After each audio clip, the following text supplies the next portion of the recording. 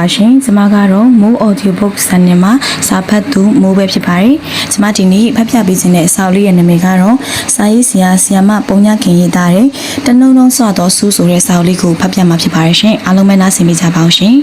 ။စာရေးသူဤအမှားစာမျက်နှာ600နီးပါးထူထဲသည့်ပန်းတွေပွင့်ဖို့စောင့်ရခြင်းဝတ္ထုကိုတနစ်နီးပါးကြာမြင့်စွာရေးသားခဲ့ပြီးနောက်တွင်ကျမသည်မောပန်း၍သွားလေသည်ထိုဝတ္ထုကိုမရေးမီနှင့်ရေးနေစဉ်ကာလအတော်တွင်ကခရီးရရှိသွားလာခဲ့ရခြင်းနေပယ်အသီးသီးကလူများကိုရှာဖွေစုံစမ်းတွေ့ဆုံမိမြတ်ရခြင်းလာပေါင်းများစွာစိတ်အာရုံနှိမ့်မြုပ်၍ခံစားရေးသားခဲ့ရခြင်းတို့ကြောင့်များစွာပင်ပန်းခဲ့ရသည်ဖြစ်ရာဝတ္ထုရေးပြီးသည်နှင့်အတိုးချအနားယူလိုက်မည်ဟုတွေးမိသည်သို့သောစာရေးသူ၏ဘဝကခက်လှချည်သည်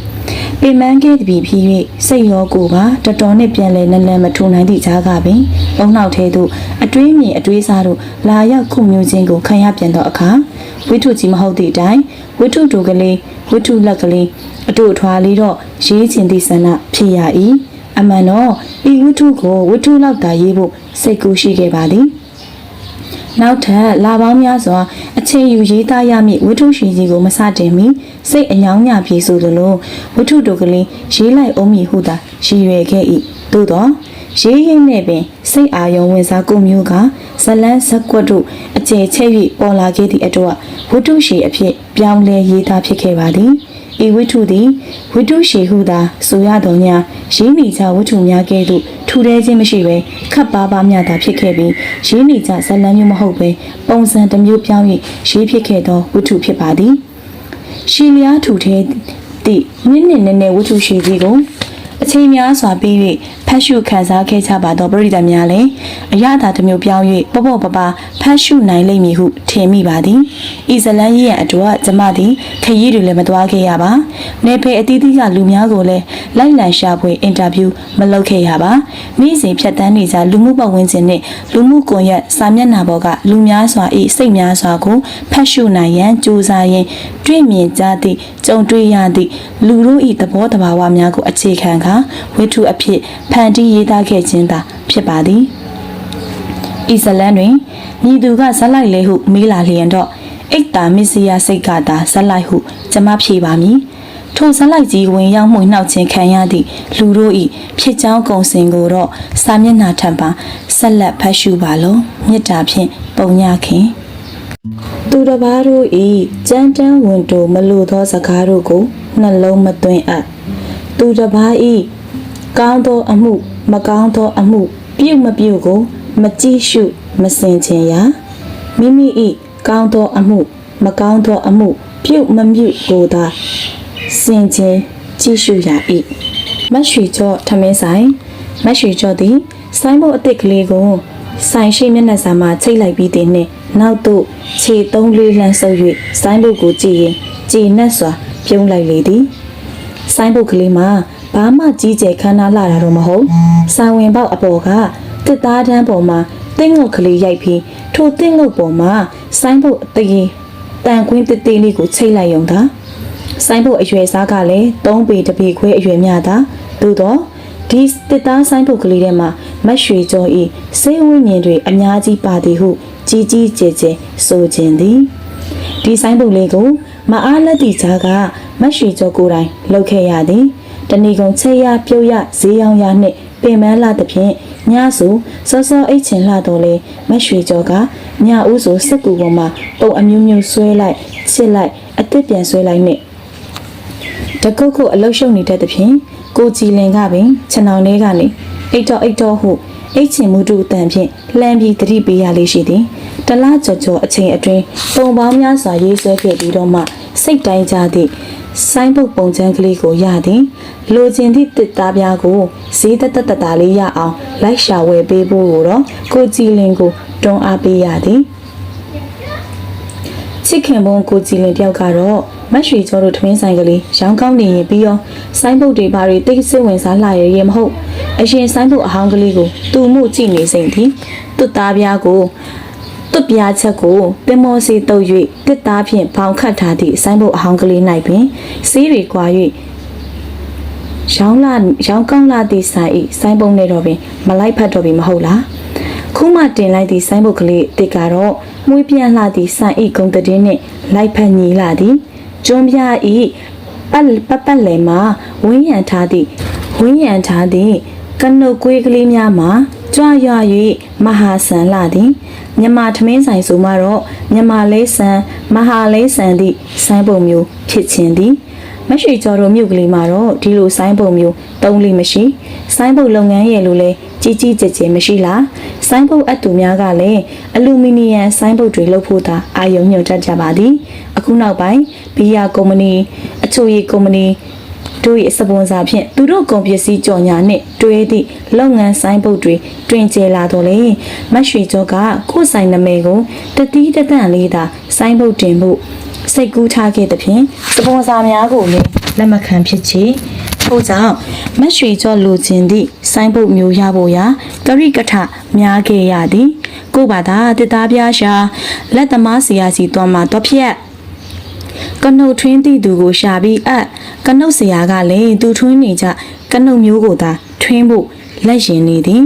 မရွှေကျော်ဒီဇိုင်းယူလာသည့်ဒီဇိုင်းအသစ်ကိုမျက်မှန်ထူထူတက်၍ကြည့်ရင်မဖြစ်နိုင်ဘူးရဲ့လို့ခေါင်းတရရန်ရှိသည်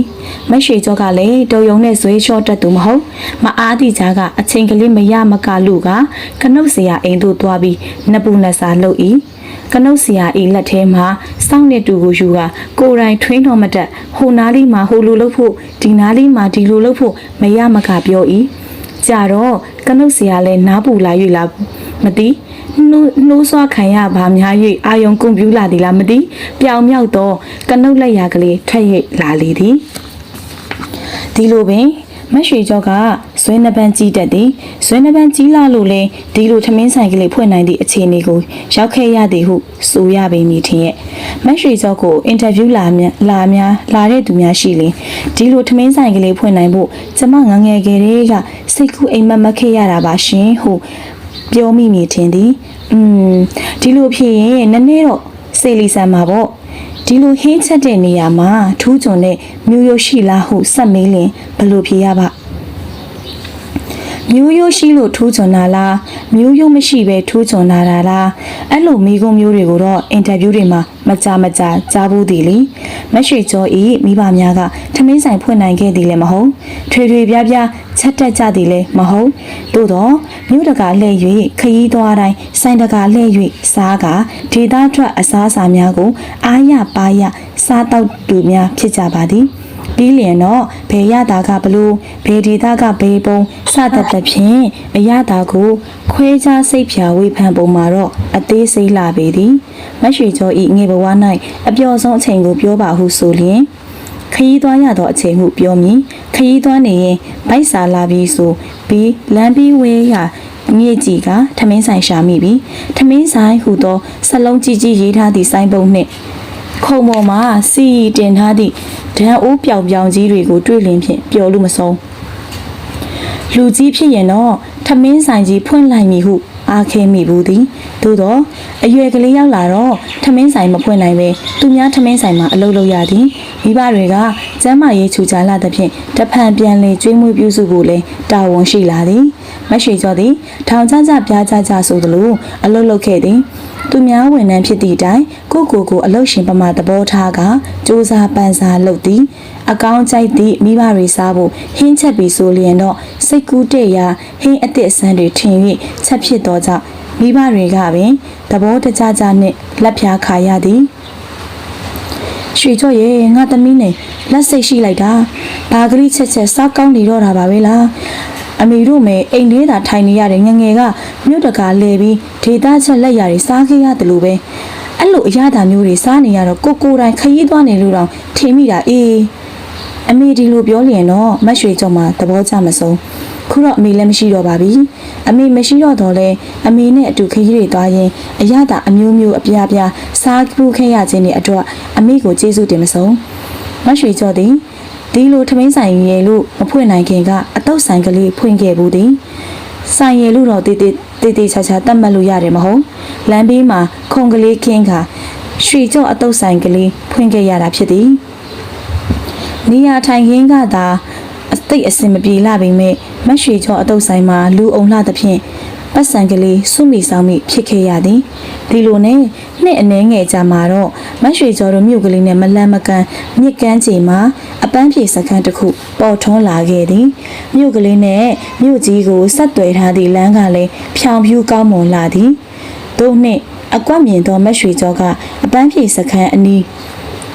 ညီနေရာလေးတနေရာဝယ်ယူကထမင်းဆိုင်ကလေးစဖွင့်ခဲ့သည်မိဘတွေမရှိတော့ပြီဖြစ်သောမတ်ရွှေကျော်တွင်ဘဝခရီးပေါ်ကိုကြည်လင်ရှိလာပြီဖြစ်၍ကိုကြည်လင်နှင့်အတူဒိုးတူပေါင်းပတ်ဆိုသလိုလောက်ကင်ခဲ့သည်မတ်ရွှေကျော်ထမင်းဆိုင်ဝန်းကျင်တွင်တခြားထမင်းဆိုင်တွေရှိလာတော့လဲမတ်ရွှေကျော်ဆိုင်မှာတော့ထူးထူးခြားခြားလူအောင်လှသည်လူအောင်ဆိုမတ်ရွှေကျော်ကလည်းမကြဟင်းအသစ်တွေထင်၍ချက်လေးရှိသည်ကိုမတ်ရွှေကျော်ဟင်းအသစ်ထွင်လိုက်ပြီးဆိုမပေါက်သည်မရှိမတ်ရွှေကျော်ဤအညာထမင်းဝိုင်းမီနူမြင့်ဝကျွန်းပေါ်ငါးဟင်းစုံမီနူတိုင်းရင်းသားအစားအစာမီနူများမှာလူကြိုက်များလာသဖြင့်မြို့နီးချုပ်ဆက်ကပင်တကူးတကလာ၍စားကြရသည်မတ်ရွှေကျော်သည်ကိုထမင်းဆိုင်ကလေးအတွက်အကုံအကြီးကျယ်ရှုမိသည်စေတနာထား၍လက်ချက်သည်တန်ရှင်းအောင်လည်းဂယုဆိုင်သည်ဒီလိုထမင်းဆိုင်လေးမှာဒီလိုဆိုင်းပုတ်ကောင်းကောင်းလေးတခုတော့ရှိတင်ပြီမဟုတ်လား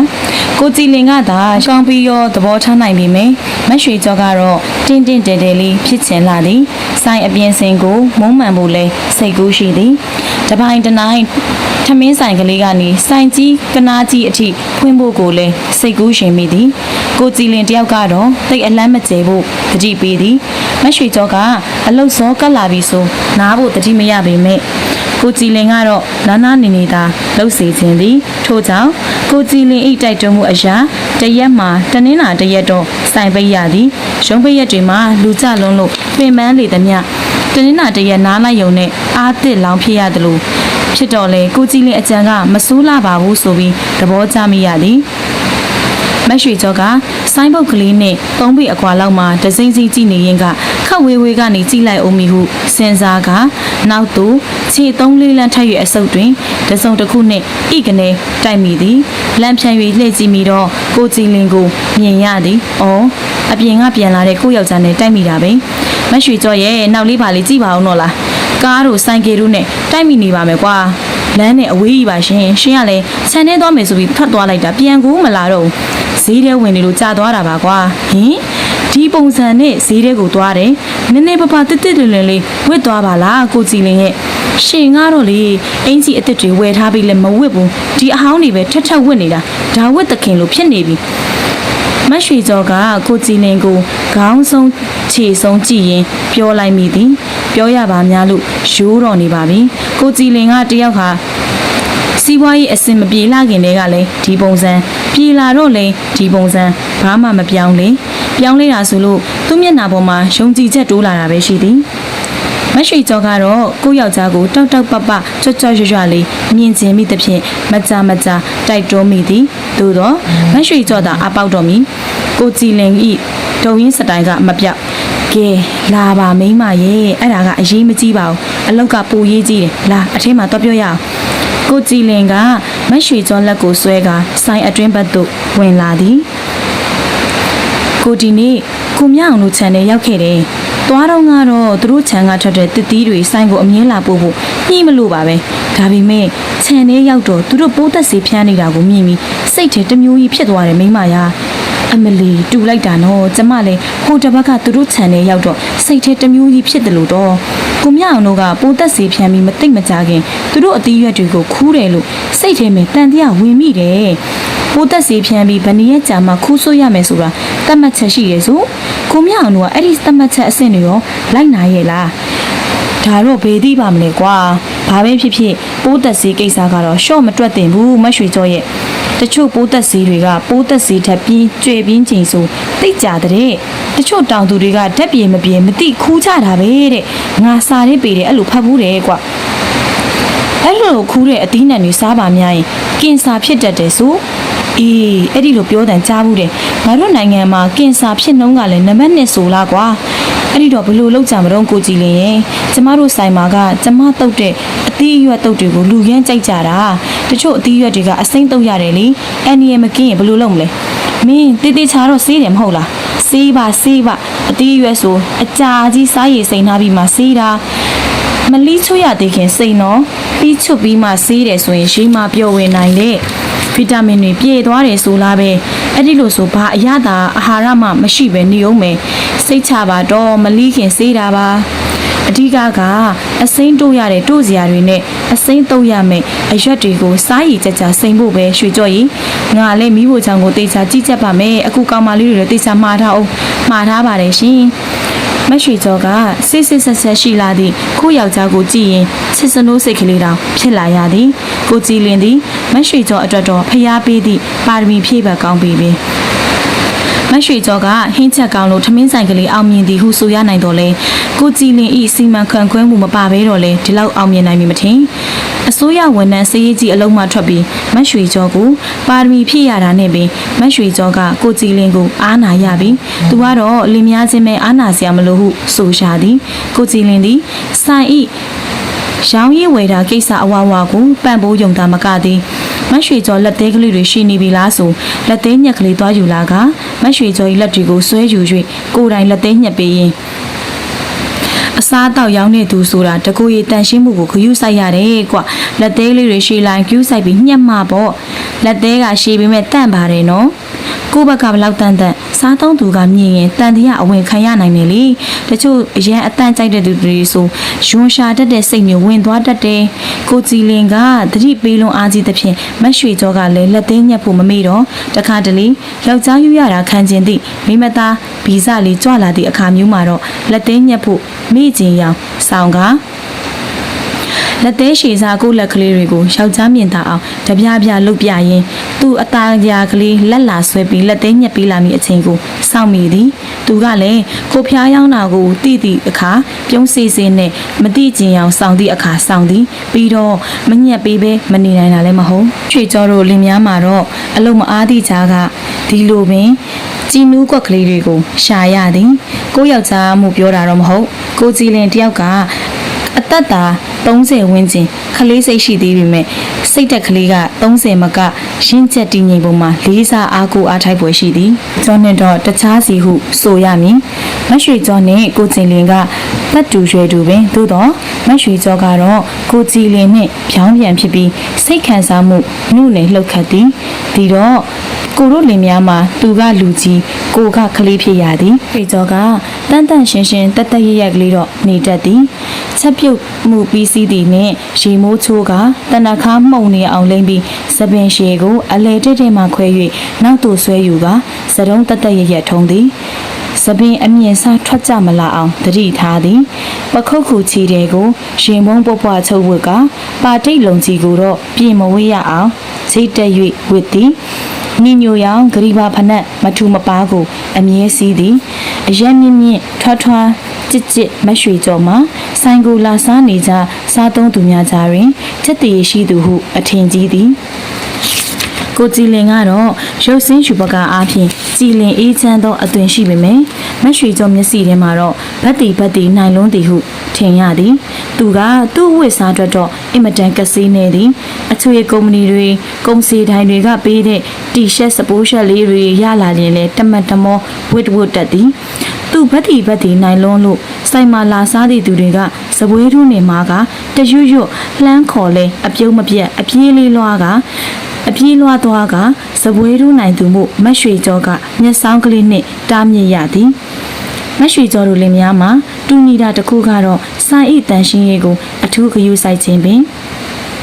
ဟိုးရင်ကဆိုမရွှေကျော်ကစားတောက်ဖရာတွေချက်ပြုတ်နေဖက်ပြင်ဆင်သည့်အခါလက်နှင့်ထိတွေ့ရတာကိုပိုကြိုက်သည်နောက်တော့ကိုကြည်လင်ကပလစ်စတစ်လက်အိတ်ထုတ်လေးဝယ်လာပြီးလက်အိတ်ဆွေပြီးကိုင်းတွေနေဖက်ဖို့အကျင့်လုပ်ပေးသည်ပြီးတော့အိုးခွက်ပကံတွေစေးသည့်မိဖို့ချောင်းကိုတေချာကြက်မှတ်ကတန်ရှင်းအောင်စီမံသည်ဆိုင်ရှိပိုင်းမှာတော့လှအောင်ပြင်ဆင်ပြီးမိဖို့ချောင်းမှာကြတော့ဘယ်သူမှမမြင်ပါဘူးဆိုပြီးညင်ညစ်ပတ်ထားရင်မျက်နာမှာတနက်ခါနဲ့ပေါင်မှာသေးစီချောင်းနဲ့ဆိုသလိုဖြစ်မယ်မိဖို့ချောင်းဆိုတာဘသူလာဝင်ကြည့်ရှက်စရာကောင်းတဲ့မိဖို့ချောင်းမဖြစ်ရဘူးမှန်ကန်နဲ့ပြထားရင်တော့အပြခံရတဲ့မိဖို့ချောင်းဖြစ်ရမယ်အဲ့ဒီလိုစီမံတတ်သည့်ကိုကြည်လင်ကိုမရွှေကျော်ကတခါတော့မချစ်မရဲတွေးမိသည် ကြည်စံငါယောက်ျားစီမံအုပ်ချုပ်တတ်ပုံများထမင်းဆိုင်တေးသေးလေးနဲ့တောင်မတန်ပါလားသူ့အရေးချင်းနဲ့ဆိုဟိုတယ်ကြီးတစ်ခုလုံးကိုတောင်စီမံအုပ်ချုပ်လို့ရနိုင်ကောင်းရဲ့မဟုတ်လားဟာချွေကြော့မင်းမဖြစ်နေတာတော့ဟာငါ့ကိုကြည့်ပြီးပြုံးနေလိုက်တာဘာဆက်ဖြီးဖြစ်နေတာတော့ဆက်ဖြီးမဟုတ်ပါဘူးတော့ပြုံးနာပါသဘောကျလို့ပြုံးနာချစ်လို့ပြုံးနာဟာဒီမိန်းမကတော့စကားကောင်းပြောနေဖောက်လာပြီကိုကြည်လင်ရှက်သွားသည့်ပုံကလေးကိုမရွှေကြောကချစ်စနိုးဖြစ်သွားကကိုကြည်လင်မေးစေးမှာပေါက်နေသည့်အမွှေးငုတ်စုကလေးကိုဖြုတ်ခနဲ့လှမ်းဆွဲလိုက်တော့ကိုကြည်လင်ကအားကနေထအော်သည်မရွှေကြောကရဲလူမစုံတိတ်ချစ်တာပဲအချစ်စိတ်ဟာစီးပွားရေးမှာလက်ပွင့်စေသည်ဟုမရွှေကြောကယူဆသည်တယောက်ကိုတယောက်ထားရှိသည့်စိတ်ခံစားချက်တိုင်းမှာမမြင်နိုင်သောစွမ်းအားတွေရှိသည်ဟုမရွှေကြောထင်သည်မိသားစုဝင်အချင်းချင်းတယောက်နဲ့တယောက်စေတနာမှန်မှန်ချစ်ချစ်ခင်ခင်စီလုံးလုံးရှိလျင်ကောင်းသောအကြည်တဲ့စွမ်းအားတွေကြောင့်အရာရာအဆင်ပြေကစီးပွားရေးတိုးတက်နိုင်သည်ဟုယူဆသည်အချင်းချင်းမကြည်မသာရန်ဖြစ်အပြစ်တင်နေလျင်အလိုနေရင်လက်ပိတ်တတ်သည်ဟုမရွှေကျော်၏မိဘများကလည်းပြောခဲ့ကြသည်မရွှေကျော်ငငယ်ကအိမ်နီးချင်းလင်မယားနှစ်ယောက်နေ့စဉ်နေ့တိုင်းရန်တွေဖြစ်ကြပြီးမကြခင်စီးပွားပြက်ကအိမ်ရောက်ပြီးတမြို့တရွာသို့ပြောင်းရွှေ့သွားတာမြင်ခဲ့ရဘူးပြီရန်ဖြစ်လို့စီးပွားပြက်တာလားစီးပွားပြက်လို့ရန်ဖြစ်ကြတာလားတော့မသိမရွှေကျော်တို့လင်မယားကတော့ရန်မဖြစ်လို့စီးပွားတက်တာစီးပွားတက်ခြင်းကြောင့်ပင်အိမ်တော်ကြီးပို၍တာရလာသည်ဟုထင်သည်ဟိုးအရင်ညားကစားတော့ကတော့မရွှေကျော်ကမိမသားပြီးဘာရင်မဟုတ်စိတ်တိုင်းမကြတာလေးတွေကိုဖြစ်တော့ပြောဆိုခြင်းကလေးတော့ရှိခဲ့ဘူးသည်ထိုကကိုကြည်လင်ကမရွှေကျော်ကိုစုံမတတ်သည်ပူဆူမပြောစမ်းပါနဲ့ကွာအိမ်ပူရင်လက်ပိတ်တတ်တယ်ကွာသူဒီလိုပြောတော့ဟုတ်ပေသားပဲဟုတွေးကငငယ်တုန်းကအမေတို့ပြောဘူးသည့်ရံမဖြစ်နဲ့လက်ပိတ်တတ်တယ်ဆိုသောစကားကိုပြန်သတိရပြီးမရွှေကျော်ကစင်ကျင်ရသည်ခုတော့မရွှေကျော်လည်းကိုကြည်လင်ဤပြုတ်ပြင်းမှုကြောင့်အေးချမ်းနေတတ်ခဲ့ပါပြီတကယ်တော့ကိုကြည်လင်ကကြီးမရွှေကျော်ကိုပြုတ်ပြင်းနေရတာတော့မဟုတ်မရွှေကျော်ကလည်းကိုကြည်လင်ကိုပြုတ်ပြင်းရသည့်အပိုင်းလေးတွေရှိခဲ့ပါသည်မရွှေကျော်နဲ့ကိုကြည်လင်ညားကစားကကိုကြည်လင်သည်တလတစ်ခါလောက်တော့အရက်ကလေးတမြရှိသည်မရွှေကျော်ကလည်းအရက်နဲ့ဆိုလုံးမခံနိုင်မရွှေကျော်ဘဝမှာကအရက်သမားနဲ့ရှင်ပါဘူးတော့မဟုတ်အဖေကလည်းအရက်မတောက်အရက်တောက်သည့်လူတွေနဲ့လည်းမခင်မင်းဒီတော့ကိုကြည်လင်အရက်တောက်လာသည့်အခါမူလကိုကြည်လင်နဲ့မတူတော့ဘူးဟုသာစိတ်ထဲမှာခံစားမိသည်အရက်တောက်လာသည့်ကိုကြည်လင်သည်မူလရုပ်ပျောက်ကတခြားတယောက်ဖြစ်သွားသည်ဟုစိတ်မှာမှတ်ဆွဲထားသည်ငါလင်မဟုတ်တော့ကိုလင်ကတင်ကျင်းအိန္ဒြေရသည်အရက်တောက်ပြီးသည့်အခါမှာတော့ရီဝေရိုင်ထိုးရင်နေသောကိုကြည်လင်ကိုမူလပထမကိုလင်ကိုကြည်လင်လို့ကိုမခံစားရတော့ထို့ကြောင့်ချစ်လဲမချစ်ဂယူလဲမဆိုင်အဲ့ဒီအချိန်ဆိုသူ့စိတ်မှာလဲမရွှေကျော်ပေါ်ထားသည့်လေးနဲ့သည့်အချစ်စိတ်မျိုးရှိနေလိမ့်မည်ဟုမယုံကြည်နိုင်ကိုကြည်လင်မာကတလတစ်ခါအရက်တောက်တာကလွဲရင်တခြားသောပြစ်ချက်ရှိတာကမဟုတ်ကွဲမယ်ကွာမယ်ဆိုသည့်အဖြစ်ကိုတော့မရောက်တလတစ်ခါအိယာခွဲအိယာတာတော့ရှိသည်ပေါ့နောက်တဖြည်းဖြည်းထမင်းဆိုင်ကလေးအောင်မြင်လာတော့မှမရွှေကျော်ကကိုကြည်လင်ကိုမတိမတာစီယုံရေးဆင်းရသည်ကိုကြည်လင်ရေကျမတို့အလုပ်ကအများပြည်သူစားသုံးသူရဲ့အပိမှုနဲ့ရက်တီရတဲ့အလုပ်မဟုတ်လားကိုကြည်လင်ရဲ့အလုပ်တစ်ခုအောင်မြင်ဖို့ဆိုတာကိုကတော်ယုံတက်ယုံစူးစမ်းယုံနဲ့လည်းမပြီးသေးဘူးကုသိုလ်ကံကောင်းဖို့လည်းလိုသေးတယ်ကိုအလုပ်ပေါ်စေတနာလေးထားပြီးကိုတိုင်းကလည်း၅ပါးသီလလေးလုံးအောင်ထိန်းနိုင်မှပို့ပြီးကံပွင့်စမ်းပွင့်ဖြစ်လာမှာမဟုတ်လားအဲ့ဒါကြောင့်ကျမကတော့အတက်နိုင်ဆုံး၅ပါးသီလကိုလုံးအောင်ထိန်းနေကိုကြည်လင်ကြီးတော့ဒီလိုပြောတော့နာမဝေးလာသည့်ကိုကြည်လင်ကသဘောပေါက်ပုံရောက်သည်တလတစ်ခါတောက်ရကနေ2လတစ်ခါနောက်တော့3-4လနေမှတစ်ခါနောက်ဆုံးတော့လုံးမတောက်တော့ပဲသူရာမီရိယကံကိုထိန်းလိုက်သည်ဒီလိုနဲ့အရက်ပြက်လို့စီးပွားတက်တာလားစီးပွားတက်လို့အရက်ပြက်တာလားမသိပဲမရွှေကျော်တို့ထမင်းဆိုင်ကလေးလေးတနေ့ထက်တနေ့ပိုရောင်းကောင်းလာခဲ့သည်ရွှေကျော်သည်ခုတော့ဖြင့်အိမ်တော်ရေးအတွက်လဲစိတ်ချမ်းသာထမင်းဆိုင်ကလေးအတွက်လဲစိတ်ချမ်းသာရကဆိုင်ကလေးကိုဘလို့တိုးတက်အောင်လုပ်ရင်ကောင်းမလဲဟုသာအမြဲကြံစီတွေးတောမိနေသည်ဒါနဲ့ကိုကြည်လင်ကျမစဉ်းစားမိရတခုရှိရတော့ဆိုပါအောင်ရွှေကျော်ရဲ့ဘ ပတ်စံရှိတဲ့သူတွေကြားထဲမှာ organic ဆိုတာခစ်စားလာတာရှင်သိတယ်မဟုတ်လားဓာတုမြေဩဇာကျွေးပြီးစိုက်တဲ့အသီးနှံတွေထက်တဘာဝမြေဩဇာကျွေးပြီးစိုက်တဲ့ organic အသီးနှံတွေကိုဈေးပို့ပေးပြီးစားလာကြတယ်လေအေးသိတယ် Facebook ပို့ရင်ဖတ်မိနေတာကြာပြီပဲကျမတို့အိမ်ဘေးကမြေခွက်လွတ်လေးမှာ organic အသီး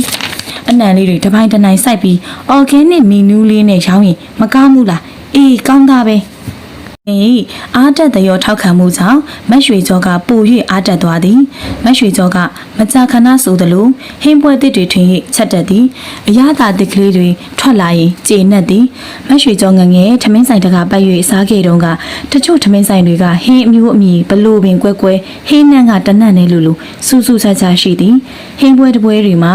စီနီနီစီဝါဝါတွေလက်လေးသစ်လောက်တိုင်ပြီးမြင်ယုံနဲ့ဤနေရတာမျိုးကိုလည်းမကြိုက်မြန်မာဟင်းလို့ဆိုလိုက်တာနဲ့ခက်ငန်ငန်နဲ့လေးလေးပင်ပင်ဆူးဆူးရှာရှာအရသာမျိုးရှိတဲ့ကိုလည်းမကြိုက်မြန်မာပါဇက်ကခက်လေးလေးမှကြိုက်တဲ့မို့အများကြိုက်အောင်လေးလေးပင်ပင်ချက်ကြသည့်ထမင်းဆိုင်တွေကြားမှာမက်ရွှေကျော်၏ထမင်းဆိုင်တစ်ဆိုင်ပဲစီလျှော့၍ခပ်ပေါ့ပေါ့ချက်ခဲ့သည်ဆိုင်စားဖွင့်တုန်းကတော့မက်ရွှေကျော်၏ဆိုင်တွေကိုမြို့ရင်းမြို့ချက်ကလူတွေလာစားပြီးတော့ဂရင်းမတွေခပ်ပေါ့ပေါ့ရွှွတ်ရွှွတ်နဲ့အေးစားမကောင်းပါဘူးဟုဆိုကြ၏ထို့ကြောင့်အနီးနားကထမင်းဆိုင်တွေကြားမှာမက်ရွှေကျော်တက်ဆိုင်သာကွက်ကြား၍6၍နေသည်ကိစ္စမရှိအခုလူမဝင်သေးလဲနောက်တော့ဝင်လာလိမ့်မည်ဟုသဘောခဏထားကမက်ရွှေကျော်ကသဘောထားသည်နည်းနည်းပဲရောင်းရလဲထိုနည်းနည်းကိုပဲကောင်းကောင်းလေးချက်သည်ကိုကြည်လင်တယောက်ကတော့နည်းနည်းစိုးထိပ်ပုံရကမရဲတရဲအကြံပေးရှာသည်ရွှေကျော်ရဲ့ကြည်လေလောက်ပါကွာမင်းလည်းသိတာပဲမဟုတ်လားတို့ဗမာပါဇက်ဆိုတာလေးလေးပင်ပင်စီအီအီလေးချက်မှစားရတာဂရင်းမိန်နဲ့မဟုတ်လားလက်လေးတစ်လောက်မှဝတ်သားတုံးကြီးတွေကိုစီမြုပ်အောင်ချက်ထားတဲ့ဟင်းမျိုးဆိုကြိုက်မှကြိုက်အခုမင်းဟင်းတွေကစီကလည်းနဲ့အရသာကလည်းနည်းလေးပေမရှိကြာရင်တော့ဆိုင်ပြုတ်တော့မယ်ထင်ပါရဲ့ကွာကိုကြည်လင်ကဒီလိုပြောလာတော့မက်ရွှေကျော်ကခပ်ပြုံးပြုံးခေါင်းရမ်းသည်ကိုကြည်လင်ကစီမံခန့်ခွဲတဲ့နေရာမှာသာတော်ပေမဲ့အရသာအမျိုးမျိုးအပြားပြားကိုတိတ်ပြီးကျဉ်ညက်လာတာမဟုတ်ညားကစားဆိုမက်ရွှေကျော်ကအရသာအမျိုးမျိုးထွင်ထွင်ပြပြချက်သည့်အခါကျွေးမွေးတဲ့အခါတိုင်းလဲသူ့ကိုများဘလို့ရသာရှိလဲမိလိုက်ကောင်းတယ်တခုံးကလွယ်ပြီးတခြားစကားမကြားရချိုးချင်းငံဖန်ဆက်ခါဘယ်အရာကအရသာပို့ပြီးကဲတယ်လဲအနံ့ကဘလို့လဲစသဖြင့်မိကိုနဲ့ထမိလဲသူကနဲ့တေချာစစ်ပိုင်းပြီးမဖြေတတ်နောက်ဆုံးတော့မိမချက်သမျှအားလုံးကောင်းပါသည်ဆိုသည်တစ်ချက်တည်းနဲ့ပွဲပြီးသွားသည်မက်ရွှေကျော်ကတော့ကိုကြည်လင်လိုစီမံခန့်ခွဲမှုမကျွမ်းကျင်လားသို့တော့အရသာဖန်တီးမှုမှာတော့ပိုင်နိုင်ကျွမ်းကျင်သည်လင်းမကျွမ်းကျင်တာကိုမယားကကျွမ်းကျင်မယားကမကျွမ်းကျင်တာကိုလင်းကကျွမ်းကျင်ဒီလိုနဲ့သူနဲ့ကိုကအားတာချက်အားနေချက်ချင်းမျှကြီးဖြစ်ကနှစ်ယောက်ပေါင်းမှတဘဝလိုပြည့်စုံလာသည်ဟုဆိုရမည်ရှင်မသိပါဘူးကိုကြည်လင်ရဲ့ခဏပဲစောင့်ရမှာပါအပြောင်းလဲလုပ်တဲ့သူဆိုတာအစာပိုင်းတော့နစ်နာခံရတာတွေရှိတာပေါ့ဒီတစ်ချိန်လေးတစ်ချိန်ကိုမညိုမညင်သီးခံတတ်ဖို့ပဲလိုတာပါဒီအချိန်ကိုကြန့်ချက်မခံနိုင်တဲ့လူဟာဘယ်တော့မှအောင်မြင်မှုစီမရောက်တော့ဘူးမက်ရွှေကျော်အပြောကြောင့်ကိုကြည်လင်ကပြုံးသည်ထိုအပြုံး၏အထိပ္ပယ်မှာအမေတဲဆိုတဲ့စာပါလားဟုအထိပ္ပယ်ရသည်ဆိုတာမက်ရွှေကျော်တို့ကမသိပဲမနေ10ထဲမှာအောင်သည်မက်ရွှေကျော်ကအဝေးတင်ဖြင့်ဖွဲရသည့်ကိုကြည်လင်ထက်စကက်ကြီးစကက်ကျဲပြောတတ်သဖြင့်ကိုကြည်လင်ကတဲဆိုတဲ့စာပါလားဟုအမြဲနောက်လေးရှိခဲ့သည်ကိုကြည်လင်စာဖတ်တယ်လို့မက်ရွှေကျော်လည်းစာဖတ်လေသည်ပြီးတော့အချိန်အားလေးတွေမှာ Facebook ကလေးပုတ်ခါဖြင့်အကျိုးရှိမေစာကလေးတွေကိုရှာရွေးဖတ်သူမူမြို့ငယ်ကလေးမှာထမင်းရောင်းပြီးမယ်မျက်စိပိတ်နားပိတ်တုံးအားကြီးတော့မဟုတ်ပါဖြတ်တန်းစူးစမ်းလာရသည့်ဘဝအတိလေးနဲ့ပြင်ပဗဟုသုတလေးကိုပေါင်းဆက်ကဘဝအတွက်သင်ခန်းစာယူရသည်လည်းရှိသည်ခေတ်ကအမြဲပြောင်းလဲနေတာပါကိုကြည်လင်ရဲ့အခုခေတ်ကကျမ်းမာရေးလိုက်စားတာက fashion တစ်ခုလိုဖြစ်နေတဲ့ခေတ်ရှင်ပတ်စံရှိတဲ့သူတွေကပိုပြီးအသက်ရှည်ခြင်းနဲ့ခေတ်ရှင်သူတို့ကျမ်းမာရေးမထိခိုက်မဲ့အစားအစာတွေကိုရွေးချယ်ပြီးစားကြတဲ့ခေတ်ကိုရောက်လာပြီးကျမကြီးအတွက်အကျိုးရှိပြီးစိတ်ချမ်းချမ်းသာသာတန်တန်ရှင်းရှင်းတက်တက်ရရကလေးသာစားရမယ်ဆိုတော်ယုံစည်းကြည့်တာမညွန်ညင်ကြတော့ဘူးရှင်ကြည့်နေပါမကြခင်ကျမဆိုင်ကလေးစီလာလိမ့်မယ်မက်ရွှေကျော်ကယုံကြည်မှုအပြည့်နဲ့ပြောတော့ ကိုကြည်လင်မှာငေးနေရသည်မက်ရွှေကျော်ကရှင်ကြည့်နေပါဟုဆိုသည်မှုကိုကြည်လင်ကဘာမှမပြောတော့ပဲအသာကြည့်နေခဲ့ရသည်အစပိုင်းမှာတော့ဆိုင်ကကြီးနဲ့တဖုတ်ဖုတ်အနီးတော့မိုက်ကဆိုင်တွေမှာတော့လူအောင်လှသည်သို့တော့မက်ရွှေကျော်ကသူများဆိုင်ကိုတေပြီးစိတ်မဝင်စားလားမနာလူလဲမဖြစ်အားလဲမငဲတနေ့ဟင်းအသစ်အစမ်းလေးတွေဆက်ဟတ်ချက်လိုက်ဆိုင်ကလေးကိုတန့်ရှင်းလေးလှုပ်လိုက်ဆိုင်ပဝန်းကျင်မှာတစ်ပင်ပန်းပင်ကလေးတွေစိုက်လိုက်နဲ့ကိုယ်ဆိုင်ကလေးကိုတာယာချမ်းမြေပွဲဖြစ်အောင်မုန်းမှန်နေခဲ့သည်ကိုအာယုံနဲ့ကိုပျော်နေသောမက်ရွှေကျော်ကိုအာယုံပြတ်အောင်လာလို့သူများနဲ့လေကြုံရသည်အနီးနားပတ်ဝန်းကျင်ကထမင်းဆိုင်တွေမှာတက်ဆိုင်ဝင်တက်ဆိုင်ထွက်စကားရောင်းစကားဝယ်လောက်တတ်သူမျိုးလည်းရှိကြသည်သူ့နာမည်ကမလှတောင်သူကမက်ရွှေကျော်ဆိုင်ကိုရောက်လျင်မက်ရွှေကျော်ကိုအင်မတန်ခေမင်ပုံပြသည်တခြားဆိုင်ကလူတွေအကြောင်းလဲလာပြောတတ်သည်ဟောနောက်တစ်ဆိုင်ရောက်တော့မက်ရွှေကျော်ထမင်းဆိုင်အကြောင်းစကားရောင်းပြန်သည်မက်ရွှေကျော်ကိုချစ်ခင်လှပါကြီးရဲ့ဟုတက်တဲလှုပ်တာကိုယုံမိမတက်ရှိစေတွင်တခြားသူတွေမက်ရွှေကျော်မကောင်းပြောသည့်အခါတက်ကြွထောက်ခံ၍ဝိုင်းဖွဲ့အတင်းတုပ်ပြန်သည်သူ့မို့မမောနိုင်မပန်းနိုင်အချိန်ကုန်ခံနိုင်သည်ဟုနားမလဲစေရှိစေတွင်လူမနောကိုမက်ရွှေကျော်ထက်စောကြောမိသောကိုကြည်လင်ကမက်ရွှေကျော်နားလဲအောင်ရှင်းပြသည်တချို့လူတွေကသူတို့ကိုယ်ပိုင်အရေးအချင်းနဲ့လူရဝင်လောက်เสียမရှိတော့တနည်းနည်းနဲ့လူရဝင်အောင်အတိမတ်ပြုတ်ခံရအောင်စူးစမ်းလေးရှိတယ်ကွလုပ်ငန်းတူပတ်ဝန်းကျင်တဲကလူတွေနဲ့တီအောင်လုပ်ပြီးဒီလူစီရောက်တော့ဟိုလူအကြောင်းပြောဟိုလူစီရောက်တော့ဒီလူအကြောင်းပြောပြီးသူတို့ကိုသူတို့အရာဝင်အရေးပါအောင်လုပ်တတ်ကြတယ်အခုနောက်ပိုင်းဆိုအပြင်လောကမှာတွေမဟုတ်ဘူးFacebook ထဲမှာတယ်ဒါမျိုးတွေ့လာရတယ်တချို့ဆိုဒီလူနဲ့အရန်ချစ်ခင်ရင်းနှီးတယ်လို့ထင်ရတယ်ဒီလူတင်သမျှလိုက်ပေးရတာအမော comment ရေးပြီးချစ်လိုက်တာမွှတွေလည်းမနဲ့ဒီလူကြောင့်ဟိုလူကအပုတ်ချမကောင်းပြောတဲ့ post တွေတင်ရင်လဲ like ပေးကြ comment ရေးပြီးထောက်ခံကြပြီးရင်အရင်လူစီတစ်ခါပြန် like ချစ်ကြောင်းတွေပြန်မှတ်နဲ့ဖြာများနေလိုက်တာသူတို့အစားငါမောလိုက်တာကွာနှစ်ဖက်ချုံနေလားဘာလားသူတို့မူလားစိတ်ရင်ကဘာလဲဆိုရတာမသိတော့ပါဘူးအဲ့ဒါတွေရှောက်ကြည့်မနေစမ်းပါနဲ့ကိုကြည်လင်ရဲ့သူတို့စိတ်ရင်းကိုရှင်သိဖို့မပြောနဲ့သူတို့ကိုယ်တိုင်သေချာသိရလားမှမသိတာဘာပြောမလှတောင်းကိုတော့သတိထားပါကွာ तू ကဒီလိုနည်းနဲ့အရေးပါအောင်လုပ်နေတဲ့လူမျိုးပဲဟုတ်ကဲ့ပါရှင်ကျမလည်းသိပါတယ်ဒီနီးတစ်ဝက်ကဆိုင်တွေကဒီဆိုင်နဲ့ဒီဆိုင်တယောက်နဲ့တယောက်မပြိုင်နဲ့အပြိုင်ဆိုင်စိတ်ထားမျိုးဖြစ်လာအောင်လိုက်လုပ်နေတာကျမသိတာပေါ့တို့နဲ့မက်ရွှေကျော်မှာမလှတောင်းနဲ့တွေ့တိုင်းသတိထားပြီးဆက်ဆံရသည်မလှတောင်းရောက်လာပြီဆိုအတို့အထောင်အချွန်အညောက်စကားတွေပါလာစမြဲမက်ရွှေကျော်ထမင်းဆိုင်ကရောင်းမကောင်းပြီမဲ့လက်ရကြတော့တခြားဆိုင်တွေတဲ့တာတဲ့တော့တခြားဆိုင်တွေကရောင်းကောင်းပြီမဲ့လက်ရကမကောင်းလာပါတော့အလက်ကားပါဆိုင်အပြင်စင်ကောင်းလို့ရောင်းကောင်းနေတာအပေါ်ရန်ပကာသနာတွေကြောင့်ပါတော့မက်ရွှေကျော်ကမှတကယ်အနှစ်လောကကြီးကမတရားပါဘူးတော့တော်တဲ့သူတွေကမအောင်မြင်မတော်တဲ့သူတွေကအောင်မြင်နေတာမခတ်ဘူးလားမလှတောင်စကားတွေကတော်ယုံစိတ်မခိုင်သူဆိုမနာလိုစိတ်ဖြစ်အောင်လှုံ့ဆော်နိုင်သည့်စကားမျိုးတွေဖြစ်သည်ကြည်စံငါကတော်ရည်သားနဲ့မအောင်မြင်တာဒီလူကငါလောက်မတော်ပဲအောင်မြင်နေတာဟုတွေးက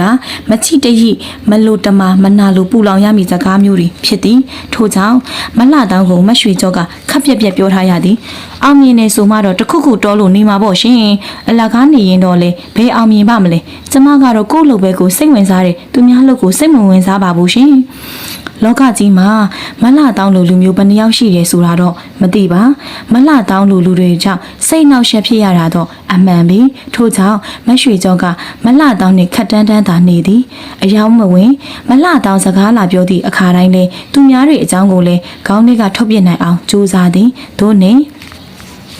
မရွှေကျော်သည်ဆိုင်ကြီးနဲ့တဖုံဖုံရှိလာသောဆိုင်ကလေးကိုတနေ့ထက်တနေ့တန်ရှင်းတရက်အောင်ပြင်ဆင်ရင်းဟင်းတွေကိုနှလုံးသားနှင့်ချက်ပြုတ်ရင်းရောင်းမကောင်းသည့်နေ့ရက်တွေကိုဖြတ်တန်းလာခဲ့ရသည်ရောင်းမကောင်းတော့လဲရောင်းရသည့်နည်းနည်းလေးကိုပိုကောင်းအောင်တနိုင်တစ်ပိုင်းချက်လို့ရတာပေါ့လေဟုသဘောထားကစီတန့်နေတာတွေကိုသုံးခဲ့သည်ငရုတ်သီးမိုတက်မပါအောင်ခယူးဆိုင်သည်အယောနှောမပါအောင်ကိုယ်တိုင်ထောင်းသည်အချိုမှုတ်မသုံးသားငါးတွေကိုလက်တာရအောင်ဝရိယထား၍ရွေးချယ်ဝယ်ခဲ့သည်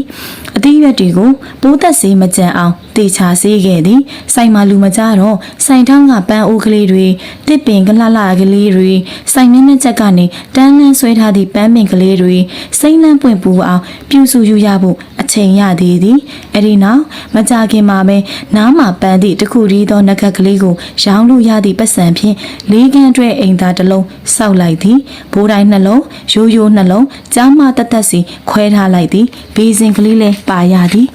အိမ်သားကကြည်ကြည်ဝန်းဝန်းတန်တန်ရှင်းရှင်းဆက်ပြားရည်တီရှူးကအစလိုလီသေးမရှိအောင်ဖြည့်ထားလိုက်သည်အိမ်သားဆောက်ပြီးတော့မလှတောင်ရောက်လာကအိမ်သားကိုကြည့်ရင်တဟားဟာရေသည်အမလီမရွှေကြော်ရေအိမ်သားကစိုင်မျက်နှာဆက်ထောင်တောက်ပြောင်ခန်းနာနေပါရောလားဘာစိတ်ကူးပေါက်လို့တခန့်တနာအိမ်သာထဆောက်ရတာတော့ရှင့်ဘိုးတိုင်းအိမ်သာကြီးကိုကျုပ်ဖြင့်တက်ရတာအားမရပါတော့ရှင့်ဘိုးတိုင်းကြီးမကြခင်ပျက်စီးသွားမှမြင်အောင်ပါသေးတယ်အနီးတစ်ဝိုက်ကတောသားတွေဘိုးတိုင်းပေါ်ဖနက်နဲ့နေပြီးစောင့်ကြောင်ထိုင်ကြမှာပေါ့ဘိုးတိုင်းနဲ့အစင်မပြေသူတွေအတွက်ရိုးရိုးအိမ်သာလဲထားရပါတယ်မလှတောင်ရဲ့နေရာတနေရာရဲ့အဆင့်တန်းဟာအိမ်သာပေါ်မှာလဲမှုတည်တယ်လေရှင်းမျက်နှာစာပဲလှပြင်ထားပြီးအိမ်သာချမြင့်ပတ်နေတယ်ဆိုမျက်နှာမှာတနခါနဲ့ပေါင်မှာသေးစီးကြောင်းလိုလူပဲနမေကူကအိမ်သားတဲ့နမေနဲ့လိုက်အောင်တတရရရှိမှာပေါ့တော့ကျမဖြင့်ရှင်းပတ်စံနေနှမျောတာပဲမရွှေကြော်ရဲ့မလှတောင်းကတော့မရွှေကြော်တယောက်ဈေးရောက်မကောင်းလို့လုံးမိလို့ရလို့သည်ဟုထင်ရှားပြီးမိမရွှေကြော်ကတော့ကိုယုံကြည်ချက်နဲ့ကိုဖြစ်သည်မရွှေကြော်ကယုံကြည်ချက်ကိုကိုကြည်လင်ကထောက်ခံပံ့ပိုးသည်ဒါဆိုလုံလောက်ပြီမရွှေကျော်တို့မြို့ကလေးမှာတော့မရွှေကျော်ဤတုံးပြိုင်အိမ်သားကတရင်ကြီးသွားခဲ့သည်တီတို့ပြောဆိုလက်တို့လှောင်ပြောင်ရေမောစရာဖြစ်ခဲ့သည်မရွှေကျော်ကပြင်ဂယုမဆိုင်အများမလောက်တာအရင်ထလုပ်ရင်တော့အစပထမမှာဒီလိုကဲ့ရဲ့လိုက်မိဟုလူကြိုက်များသွားပြီဆိုရင်တော့သူတို့လည်းလိုက်လုပ်ကြလိမ့်မည်ဒီလိုနဲ့တနေ့မှာမရွှေကျော်ထမင်းဆိုင်ရှိကိုဖုတ်သွင်းရထားစိုက်လာသည်ဟုဆိုကြပါစို့ရှိတုန်းကပုံမြင်တွေထဲမှာတော့ဖုတ်သွင်းရထားစိုက်လာရင်ဘရင်လှုပ်ဖို့လာခေါ်တာဟုဆိုကြသည်မရွှေကျော်တို့ဆိုင်မှာစိုက်လာသည့်မှန်လုံကားပေါ်ကြီးမှာတော့နိုင်ငံသားတွေပါလာသည်သူတို့နဲ့အတူပါလာသည့်ဧလန်းညုံကလေးကအိမ်သားကိုအရင်သွားကြည့်သည်ပြီးတော့သူတို့လူတွေကိုလက်မထောင်ပြနေတာတွေ့ရသည်သူတို့အိမ်သားအရင်သွားကြသည်ပြန်ထွက်လာတော့စားတောက်ဖွယ်ရာတွေမှာကြသည်အာပါတရစားကြသည်မရွှေကျော်စိုက်ထားသည့်တစ်ပင်ပန်းပင်ကလေးတွေကိုတေချာကြည့်ကြသည်မရွှေကျော်ကလည်းစေတနာပါပါတဲခင်းကျွေးမွေးသည်နေ့လည်နေခင်ရာသီဥတုပူတလို့ရှိပေမယ့်မရွှေကျော်တို့ဆိုင်ကလေးဝင်းကျင်မှာတော့မနက်အစောစောကပင်ရေဖြန်းထားသဖြင့်မြေပြင်ကအေးအေးမြမြရှိသည်တစ်ပင်ပန်းမှန်တွေကစိမ့်စိမ့်မြမြရှိသည်မရွှေကျော်တို့လင်မယားအေးမျက်နှာတွေကလည်းကြည်ကြည်လင်းလင်းရှိသည်ထမင်းစားတော့ပြီးသွားတော့မရွှေကျော်ကအယောင်ချွတ်မထားသည့်တဘာဝထညက်အချိုမုတ်မပါသည့်လက်ဖက်ညွန့်နဲ့စီတန့်အကျော်လက်ဆက်သည့်အတီးနှံများဖြင့်အချိုပွဲတဲ့ခင်းသည်နိုင်ငံသားတွေပြန်ကန်ပြီးတော့ကျေးဇူးတင်ပါတယ်ဟုမပိတပီပြောသည်အဲ့လမ်းညွန်ကလေးကဒီလိုနေရာမှာဒီလိုအိမ်သာကောင်းရှိတာဝမ်းသာကြောင်းမို့ဆိုနိုင်ငံသားတွေအတွက်အဆင်မပြေလာကြောင်းဟင်းချက်ပုံကလည်းကျမ်းမာရေးနဲ့ညီညွတ်သဖြင့်သူတို့ကြိုက်ကြကြောင်းနောက်တစ်ခါလည်းဧည့်သည်တွေခေါ်လာပေးမည်ဖြစ်ကြောင်းဆိုခဲ့၏သို့နှင့်ဤပဝန်းကျင်တွင်မရွှေကျော်ဆိုင်တဆိုင်သာနိုင်ငံသားဧည့်သည်များနှင့်စီကားစားပြုလာသည်မရွှေကျော်ဆိုင်မှာနိုင်ငံသားတွေတောင်လာစားကြတာဟူသောသတင်းစကားကတမဟုတ်ချင်းပြန့်နှံ့သွားသည်မြန်မာနိုင်ငံဟာအင်္ဂလိပ်လက်အောက်ကိုရောက်ခဲ့ဘူးလို့လားဒါမှမဟုတ်ဖွံ့ဖြိုးတိုးတက်သည့်နိုင်ငံကလာသည့်နိုင်ငံကြီးသားဆိုအထင်ကြီးကြတာလားတော့မသိနိုင်ငံသားတွေတောင်လာစားကြတာဟူသောစကားကအတော်တာသွားသည်နိုင်ငံသားတွေကအတန့်အပြန့်အကောင်းအညွတ်ကြိုက်သည်ဟုယူဆပုံရကမရွှေကျော်ဆိုင်ကအစားအသောက်ဟင်းရများသည်အကောင်းအညွတ်အတန့်အပြန့်တွေဟုယုံကြည်သွားကြပုံရသည်တသက်လုံးက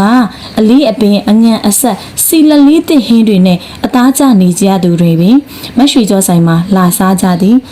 အဝေးပြေးလမ်းမကြီးအတိုင်းဖြတ်သွားဖြတ်လာကားတွေလည်းမရွှေကျော်ဆိုင်မှာဝင်စားကြသည်ရုံပိတ်ចောင်းပိတ်ရက်တွေဆိုမရွှေကျော်ဆိုင်မှာအုပ်အုပ်တဲရောင်းရသည်ဒီတော့မရွှေကျော်တို့လည်းမရမှာပျော်ရသည်ပေါ့ကိုကြည်လင်ကတော့ကိုစေတနာကိုအကျိုးပေးတာပေါ့ကွာစေတနာဒီကံပေးဖို့ဟုပြုံးပြုံးကြီးဆိုတက်ခဲ့လေသည်ခုတော့ဖြင့်မရွှေကျော်ထမင်းဆိုင်သည်ဤပဝန်းကျင်တွင်လူအစီဆုံးဆိုင်ဖြစ်ခဲ့ပြီးမအားမလက်သောကြောင့်ဆိုင်းဘုတ်အစ်စ်လဲဖို့ပင်မီလီယံမိခဲ့သည်ဖြင့်အခုမှပင်ဆိုင်းဘုတ်အစ်စ်လဲရပေသည်ဒါနဲ့ ကိုကြည်လင်ရေနောက်တစ်ပတ်ခက်လေးတွေချောင်းသာပို့ဖို့အစီအစဉ်ရောအဆင်ပြေရဲ့လားပြေပါပြီကားငှားဖို့လည်းစီစဉ်ပြီးပြီသူတို့လည်းပျော်နေကြတယ်သူတို့ပျော်ဖို့ကလည်းအရေးကြီးတယ်ကိုကြည်လင်ရေထမင်းဆိုင်တစ်ဆိုင်အောင်မြင်ဖို့ဆိုတာစပွဲတို့တွေရဲ့အချိုးပြေမှုပေါ်မှာလည်းမူတည်တယ်မဟုတ်လားကျမတို့ဒီဆိုင်မဖွင့်ခင်က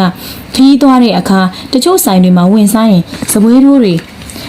ပြင်းရီပြင်းတွဲမကြည်မလင်ဖြစ်နေနောက်တစ်ခါအဲ့ဒီဆိုင်ကိုမသွားချင်ကြတော့ဘူးလေတချို့ဆိုရင်ချင်းမှုလည်းမရှိခေါ်မကြအော်မကြတခါတည်းသူတို့ချင်းစကားကောင်းနေချိန်လှမ်းခေါ်မိရင်သူတို့ရဲ့တင်ငိမ့်တဲ့ကံရည်ပြင်းလေးကိုကျမတို့ကဂေးပြစ်ချလို့ကြရက်ထတယ်လို့မျိုးမက်ရွှေကျော်ဥပမာကြောင့်ကိုကြည်လင်ကရှိရသည်မက်ရွှေကျော်ကလည်းအဲ့ဒီလိုစပွဲတို့မျိုးရှိသည့်ဆိုင်ကိုတွားရတာစိတ်မချမ်းမသာဖြစ်ခဲ့ရသည်တချို့ဆိုဟင်းညိုခွက်ကိုင်းတိုင်းလက်သိမ်းမညက်ကြီးအထက်ထက်လက်မကြီးတစ်ချောင်းကဟင်းညိုတဲ့စိတ်လာသည်တခါတည်းလက်မကြီးတော့စပြုတ်တောက်ရတော့မလို့ငန်းပြရီတောက်ရမလို့ပြုတ်လို့သာအန်ကျင်ရသည်ထို့ကြောင့်မက်ရွှေကျော်ဆိုင်ကစပွဲတို့တွေကိုတန်ရှင်းရင်ကြီးအောင်အထူးပင်ဂယုတဆိုင်တင်ပြတွန်တင်ထားသည်အထူးသဖြင့်လက်မကိစ္စကိုအတန်တန်သတိပေးခဲ့ရသည်လက်မနော်လက်မအဲ့ဒီလက်မတွေကိုတေချာသတိထားဟင်းချိုကကင်ပြီးချပြီးဟင်းချိုတဲ့လက်မမစိမ့်မိစေနဲ့မရွှေကျော်ကလက်မကိစ္စအတန်တန်သတိပေးလို့သဖြင့်စပွဲတို့တွေကကွယ်ရမှာမရွှေကျော်ကိုဒေါ်လက်မဟုခေါ်တတ်မှန်းသိတော့ကြိတ်ပြုံးခဲ့ရသည်ကိုကြည်လင်ကတော့စပွဲတို့ကိုအတွက်အတန်အသင့်ပညာတတ်တဲ့ကလေးတွေကိုရှာသည်ပညာမတတ်လျင်လဲသူအားသည့်အချိန်ကလေးတွေမှာကလေးတွေကိုစာသင်ပေးသည်သူတို့ဖတ်ဖို့စာအုပ်တွေဝယ်ပေးသည်သူတို့မိသားစုပြဿနာလေးတွေပေါ်ပေါက်လာလျင်လဲနောက်ကျောင်းအေးအောင်ကုညီဖြေရှင်းပေးသည်ကြာတော့စပွဲတို့တွေကမိသားစုဝင်လေးတွေလိုဖြစ်လာကမက်ရွှေကျော်တို့ကိုတစ္ဆာရှိလာသည်အလုံးလုံးတာလဲစေတနာပါလာသည်လိမ္မာရင်ချင်းမှုတွေလည်းတိုးလာကြသည်မက်ရွှေကျော်ထမင်းဆိုင်အောင်မြင်ရသည့်အကြောင်းချက်တွေထဲမှာသူတို့လေးတွေဤအင်အားလဲပါသည်ဟုမက်ရွှေကျော်တို့လင်မယားကကောင်းကောင်းသဘောပေါက်ထားသည့်အတော်ဟာသူတို့ကိုတန်ဖိုးထားသည်ဂရုစိုက်ပေးသည်စေတနာဆိုတာကလည်းအပြန်အလှန်ရောင်ပြန်ဟက်တဲ့သဘောရှိသည်ပဲဒါနဲ့မင်းကိုတတိပေးစရာတခုတော့ရှိတယ်ရွှေကျော်ဆိုပေါင်းကိုကြည်လင်ကအလေးအနက်နဲ့စကားပြောလာသဖြင့်မက်ရွှေကျော်ကစိတ်ဝင်စားသွားသည်တတိထားဆိုသည့်စကားလုံးမျိုးကိုတော်တော်လေးအရေးကြီးသည့်ကိစ္စမျိုးမှသာကိုကြည်လင်ကသုံးဆွဲပြောဆိုလို့ရှိခြင်းကြောင့်ပဲမင်းအနေထိုင်ဆင်ခြင်ကောင်းမယ်အလို့တော့မက်ရွှေကျော်ကလှုပ်ခနဲ့ရေရွရင်အံ့ဩစိတ်တူသွားသည်အနေထိုင်ဆင်ခြင်ရအောင်ကျမဘာရီမြန်ကလတ်တက်မစင်မချင်းလုံးမိလို့တော့စိတ်တူမစွန်းနဲ့哦မိမငါပြောတာစွန်းအောင်လေးနားထောင်ပြီးအောင်ရှင့်စကားအစချီပုံကစိတ်တူစရင်စရာကြီးကိုရှင့်ငါပြောချင်တာကဒီလိုပါရွှေကြော့ရဲ့အခုဆိုဒီပတ်ဝန်းကျင်ကထမင်းဆိုင်တွေထဲမှာငါတို့ဆိုင်ကတိတိတတ်တာကြီးကိုရောင်းကောင်းနေတာမဟုတ်လားအရင်တုန်းကဒိုးထက်ရောင်းကောင်းတဲ့ဆိုင်တွေတဲ့အခုဆိုရင်ဒိုးလောက်ရောင်းမကောင်းတော့ဘူးဒိုးနဲ့ရောင်းကအတူတူရှိခဲ့တဲ့သူတွေလည်းအခုဒိုးနောက်မှာကျန်ခဲ့ပြီးဒိုးပတ်ဝန်းကျင်ကဆိုင်တွေထဲမှာဒိုးတက်ဆိုင်နဲ့ထူးထူးခြားခြားရောင်းကောင်းနေတော့လူတကာကအလူကြီးပေးနေသလားလို့တော့အောင်းမေးရတယ်လို့ပြောလာကြပြီမဟုတ်လားဟုတ်ပါရဲ့နော်မက်ရွှေကျော်ကပြုံးကြီးမြင်ကလင်းတော်မောင်ပြောသမျှကိုခေါင်းလေးညှိ၍နားထောင်နေ၏မက်ရွှေကျော်ထမင်းဆိုင်ရောင်းကောင်းချက်ကတော့အလူကြီးပေးနေသလားအောင်းမေးရတယ်ဟူသောစကားမျိုးကြားရတိုင်းမက်ရွှေကျော်ကပီတိရွှွများရသည်ဟုတ်ပါပြီဒါပေမဲ့ဓာရီနဲ့မက်ရွှေကျော်ကိုအနေထိုင်ဆင်ကျင်ခိုင်းတဲ့ကိစ္စဘာများဆိုင်လို့တော့ဒီလိုအခြေအနေမျိုးမှာကိုယ့်ဘက်ကအနေထိုင်အပြောဆိုဆင်ကျင်မှတန်ခါကြတယ်ရွှေကျော်ရဲ့မင်းဆိုင်ရောင်းကောင်းတော့အတန်လေးတဆဆာနဲ့ပျော်မြူရွှင်ပြပြီးမိုးမမြင်လေးမြင်တက်ကြွနေတော့ဘေးဆိုင်ကလူတွေမျက်စိစပင်ဝေးစူးလာတာမျိုးဖြစ်မယ်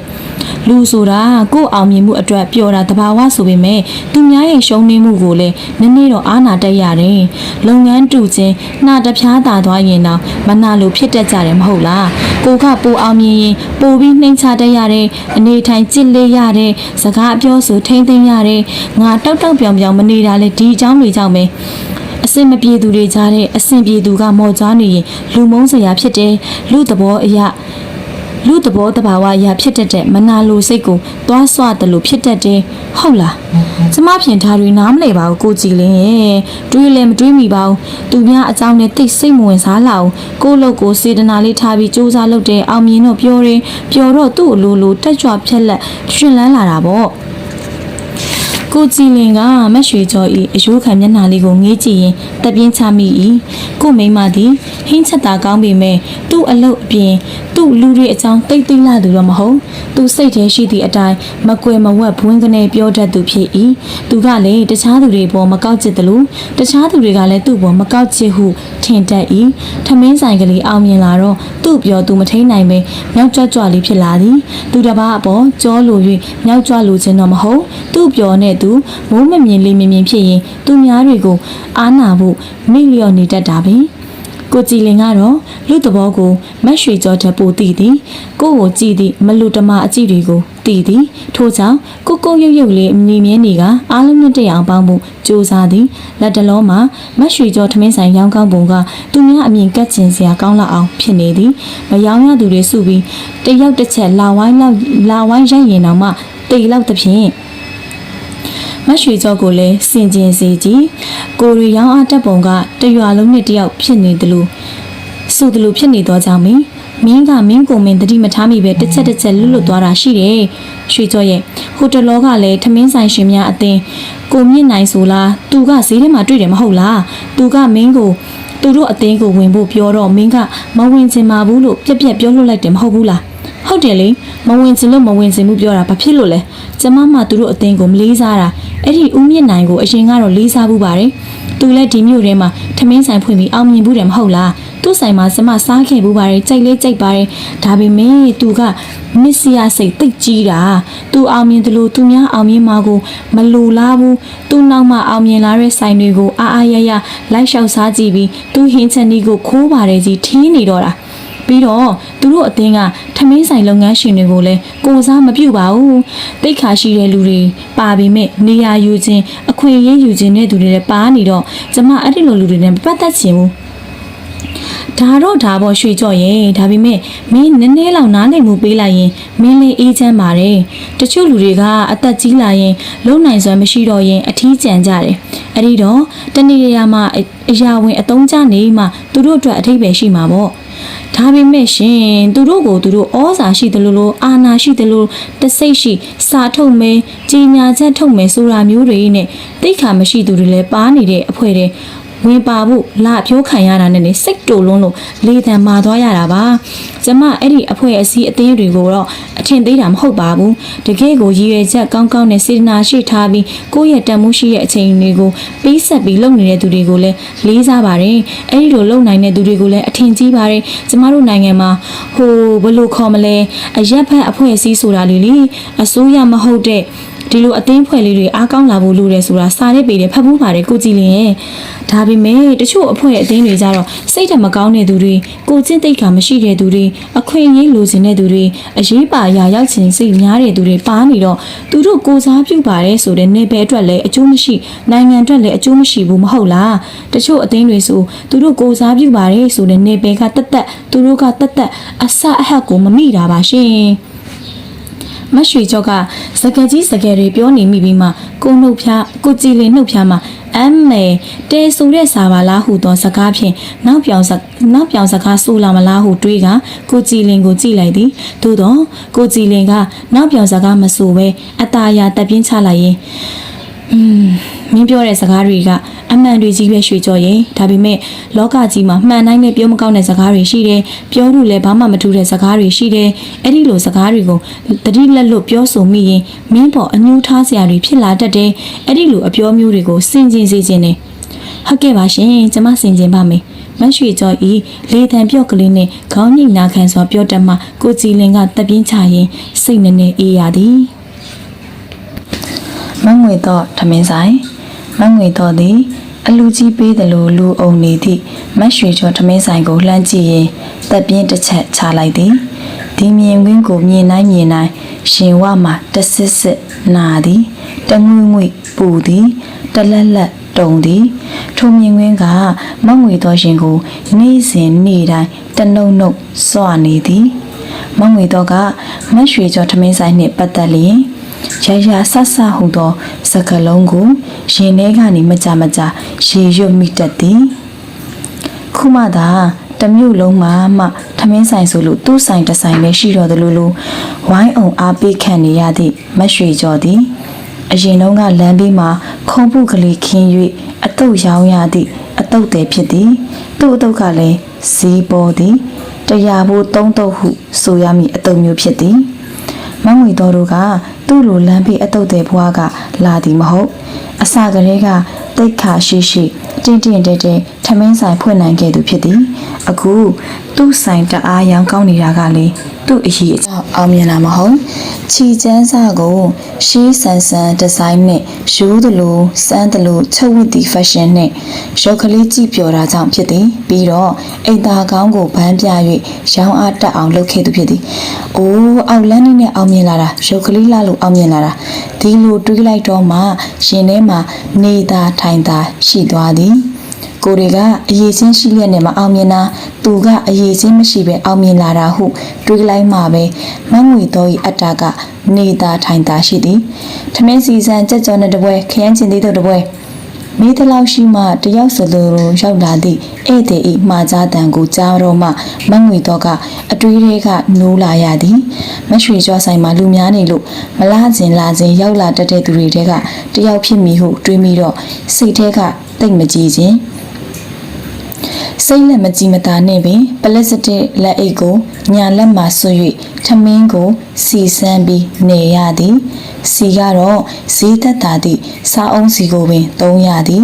ဒီစီနှစ်ပြီးစက်သားကြော်လိုက်ကြံသည့်စီနှစ်ငါးဆက်ကြော်လိုက်အပြန်ပြန်အထက်ထက်ကြော်ပြီးကြံသည့်စီနှစ်ထမင်းကိုနေရသည်ဟိုတလောကတော့ပြန်ကြော်စီတွေကကျမ်းမာရေးအတွက်မကောင်းဘူးဆိုလား Facebook ထဲမှာဖတ်လိုက်ရတယ်အလကားအပူတွေပါဟုမငွေတော့ကတွေးသည်ခုတစ်မျိုးတော်ကြတစ်မျိုးကြွေးချီချက်တွေပါတော့ဟုပြောကရေရသေးသည်အဆင်ပြေသူလုံးရမှာပဲအမြင့်ဆုံးကလေးမများကြံမိုးကအရေးကြီးသည်စီးပွားရေးလုပ်ရတာလွယ်မှတ်လို့ပြီးတော့အခုခေတ်လူတွေအသေးပူပုံကမငွေတော့ကကြည့်လို့မရခြင်းတလန်းလုံးကလမ်းပြေးရေကိုစင်မှာရေတစ်ခွက်သေးဖြင့်လူပေါင်းစုံတောက်ခဲ့တဲ့သူတွေကပင်အခုကြတော့မှရေသက်မှတဲ့တခါ၃ခွက်နေမှတဲ့တော့ယောဂပုံမကူးမှဆိုလို့အစားအသောက်တွေကင်တွယ်လည်ဖက်ရင်လက်အိတ်ကလေးစွတ်မှကြိုက်သည်တဲ့အလကားတတ်ပလတ်စတစ်အိတ်ဖိုးကပူကုန်ရသည်သူတို့ရှိမှတော့လက်အိတ်ကလေးစွတ်ပြီးကွယ်ရမိဖို့ချောင်းထဲမှာဖြစ်တယ်လို့ကြုံသူတို့ပင်ဟဲ့ဒီလေခရမ်းကျင်သေးတွေစောစောကရေးစည်းခိုင်းတာတယ်မဟုတ်လားယူလာခဲ့တော့လေမောင်ငွေတော့က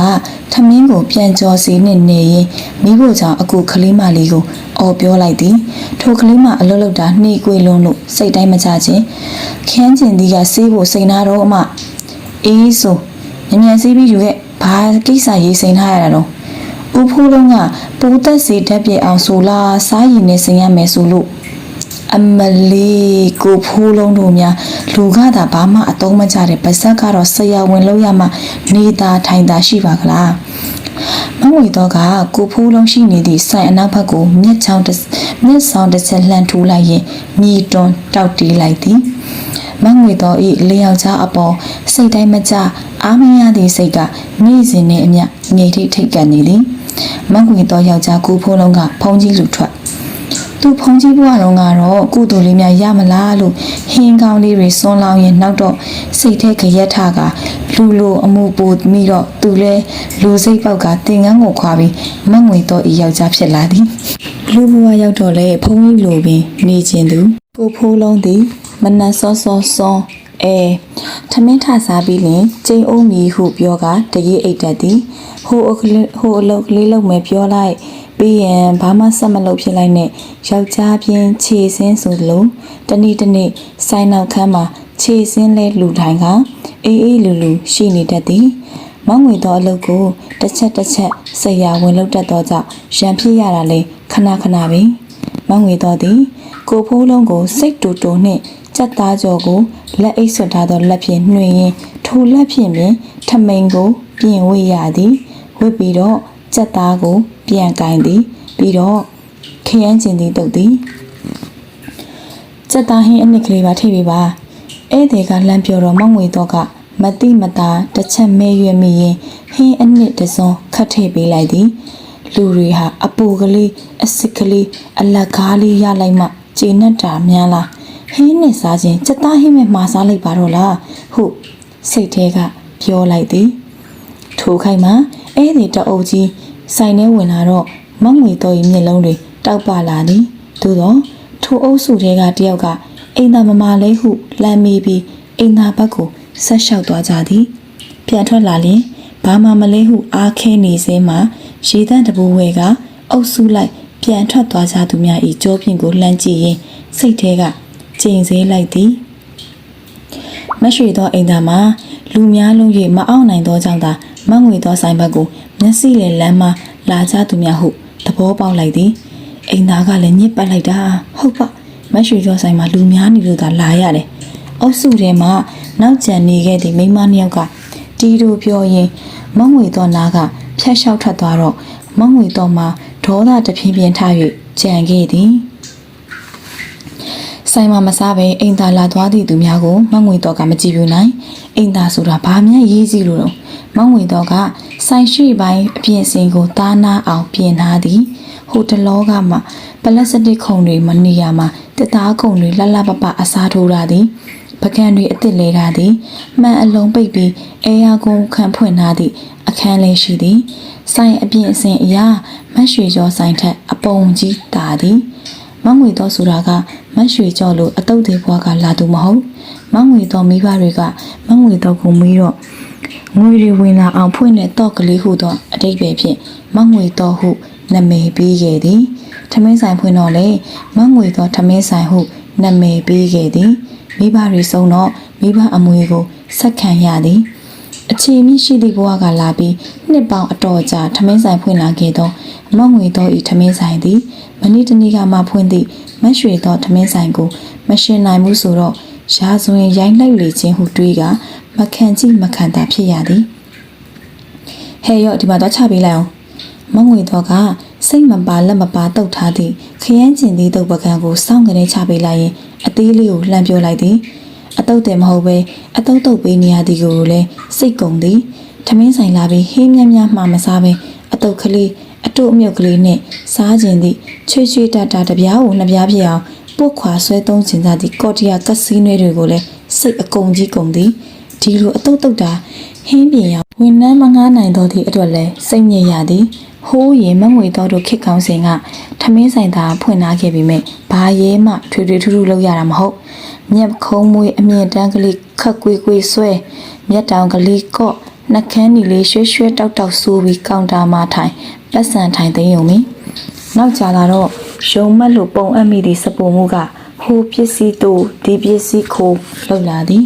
ဟင်းပွဲပြင်သည့်ဝေတန်ရလက်သက်ကတော့အလူကြီးပေးတဲ့ကဲ့သို့ဟင်းနှုံးတွေကိုဘုံမော့လက်အောလက်လွန်ချီလွန်ထဲ့ထဲ့ပြီးရောင်းနေသဖြင့်တဟဲ့ဟဲ့တတိပေးရသည်ဟဲ့ညီကငါထမင်းဆိုင်ကိုညီအလူနဲ့မှားနေသလားဟင်ဟုမငွေတော့ကအော်တော့တင်းကမလူတက်ရင်ဈေးရောက်ဆိုတဲ့စကားပုံနဲ့ရှိတာပဲအမရေဟုစင်ကြည်ပေးသဖြင့်ညီဈေးမရောက်တက်ရင်အိမ်အလူအိမ်မှာပဲတွားကူပါတော့အေးဟုပြောကအလုတ်ထုတ်ပြလိုက်ရသည်ဒီလိုနဲ့မငွေတော့ကိုယ်တိုင်ဇုံးဝင်ကိုင်းရသည့်အဖြစ်ကိုရောက်ရသည်ကို့ဘာသာဟင်းခတ်ထဲရတော့ကို့အတွက်အမြင်များကြံအောင်ချိန်ချိန်ဆဆထိတ်လာနိုင်သည်အသားဟင်းဆိုအယိုးကလေးအယွတ်ကလေးနဲ့အသားကလေးမျှအောင်ထဲရသည်ဒီလိုနဲ့ချိန်ချိန်ဆဆထဲရင်မငွေတော့ဆိုင်မှာလူပါတဲ့ထက်ပါလာသည်လူပါတဲ့ဖြင့်ဝန်ထမ်းတချို့ကိုအလုပ်ဖြစ်ဖြစ်ကကိုယ်တိုင်ဝင်လောက်လာရသည်မငွေတော့ဆိုင်ဘလို့ပင်အခြေအနေပြောင်းမပြောင်းလဲတာကတော့ဖုံးကြီးလူထွက်ခိုဖိုးလုံးပင်ဖြစ်သည်ခိုဖိုးလုံးသည်မနက်၄နာရီထားကအတန်ထားဖြင့်အရှိ9အိမ်အနောက်9အိမ်ကြအောင်ဖျားရှိခိုးမြင်နေမတော့ခင်ထမင်းစားကနေထွက်လျင်တရေပြန်အိမ်မြင်ဘာပဲလှုပ်ပြီးရင်ဘာမှဆက်မလုပ်ဖြစ်ဒုံရင်ကဒုံရင်ဖြစ်စေဆိုင်နောက်ကတစ်သားကုပြစ်ပေါ်မှာခြေစင်းလဲလူအေးတတထိုင်ကဖျားစာရွရင်ချစ်သွန်ပြူချက်သွန်နီတပန်းခွာပြီးနောက်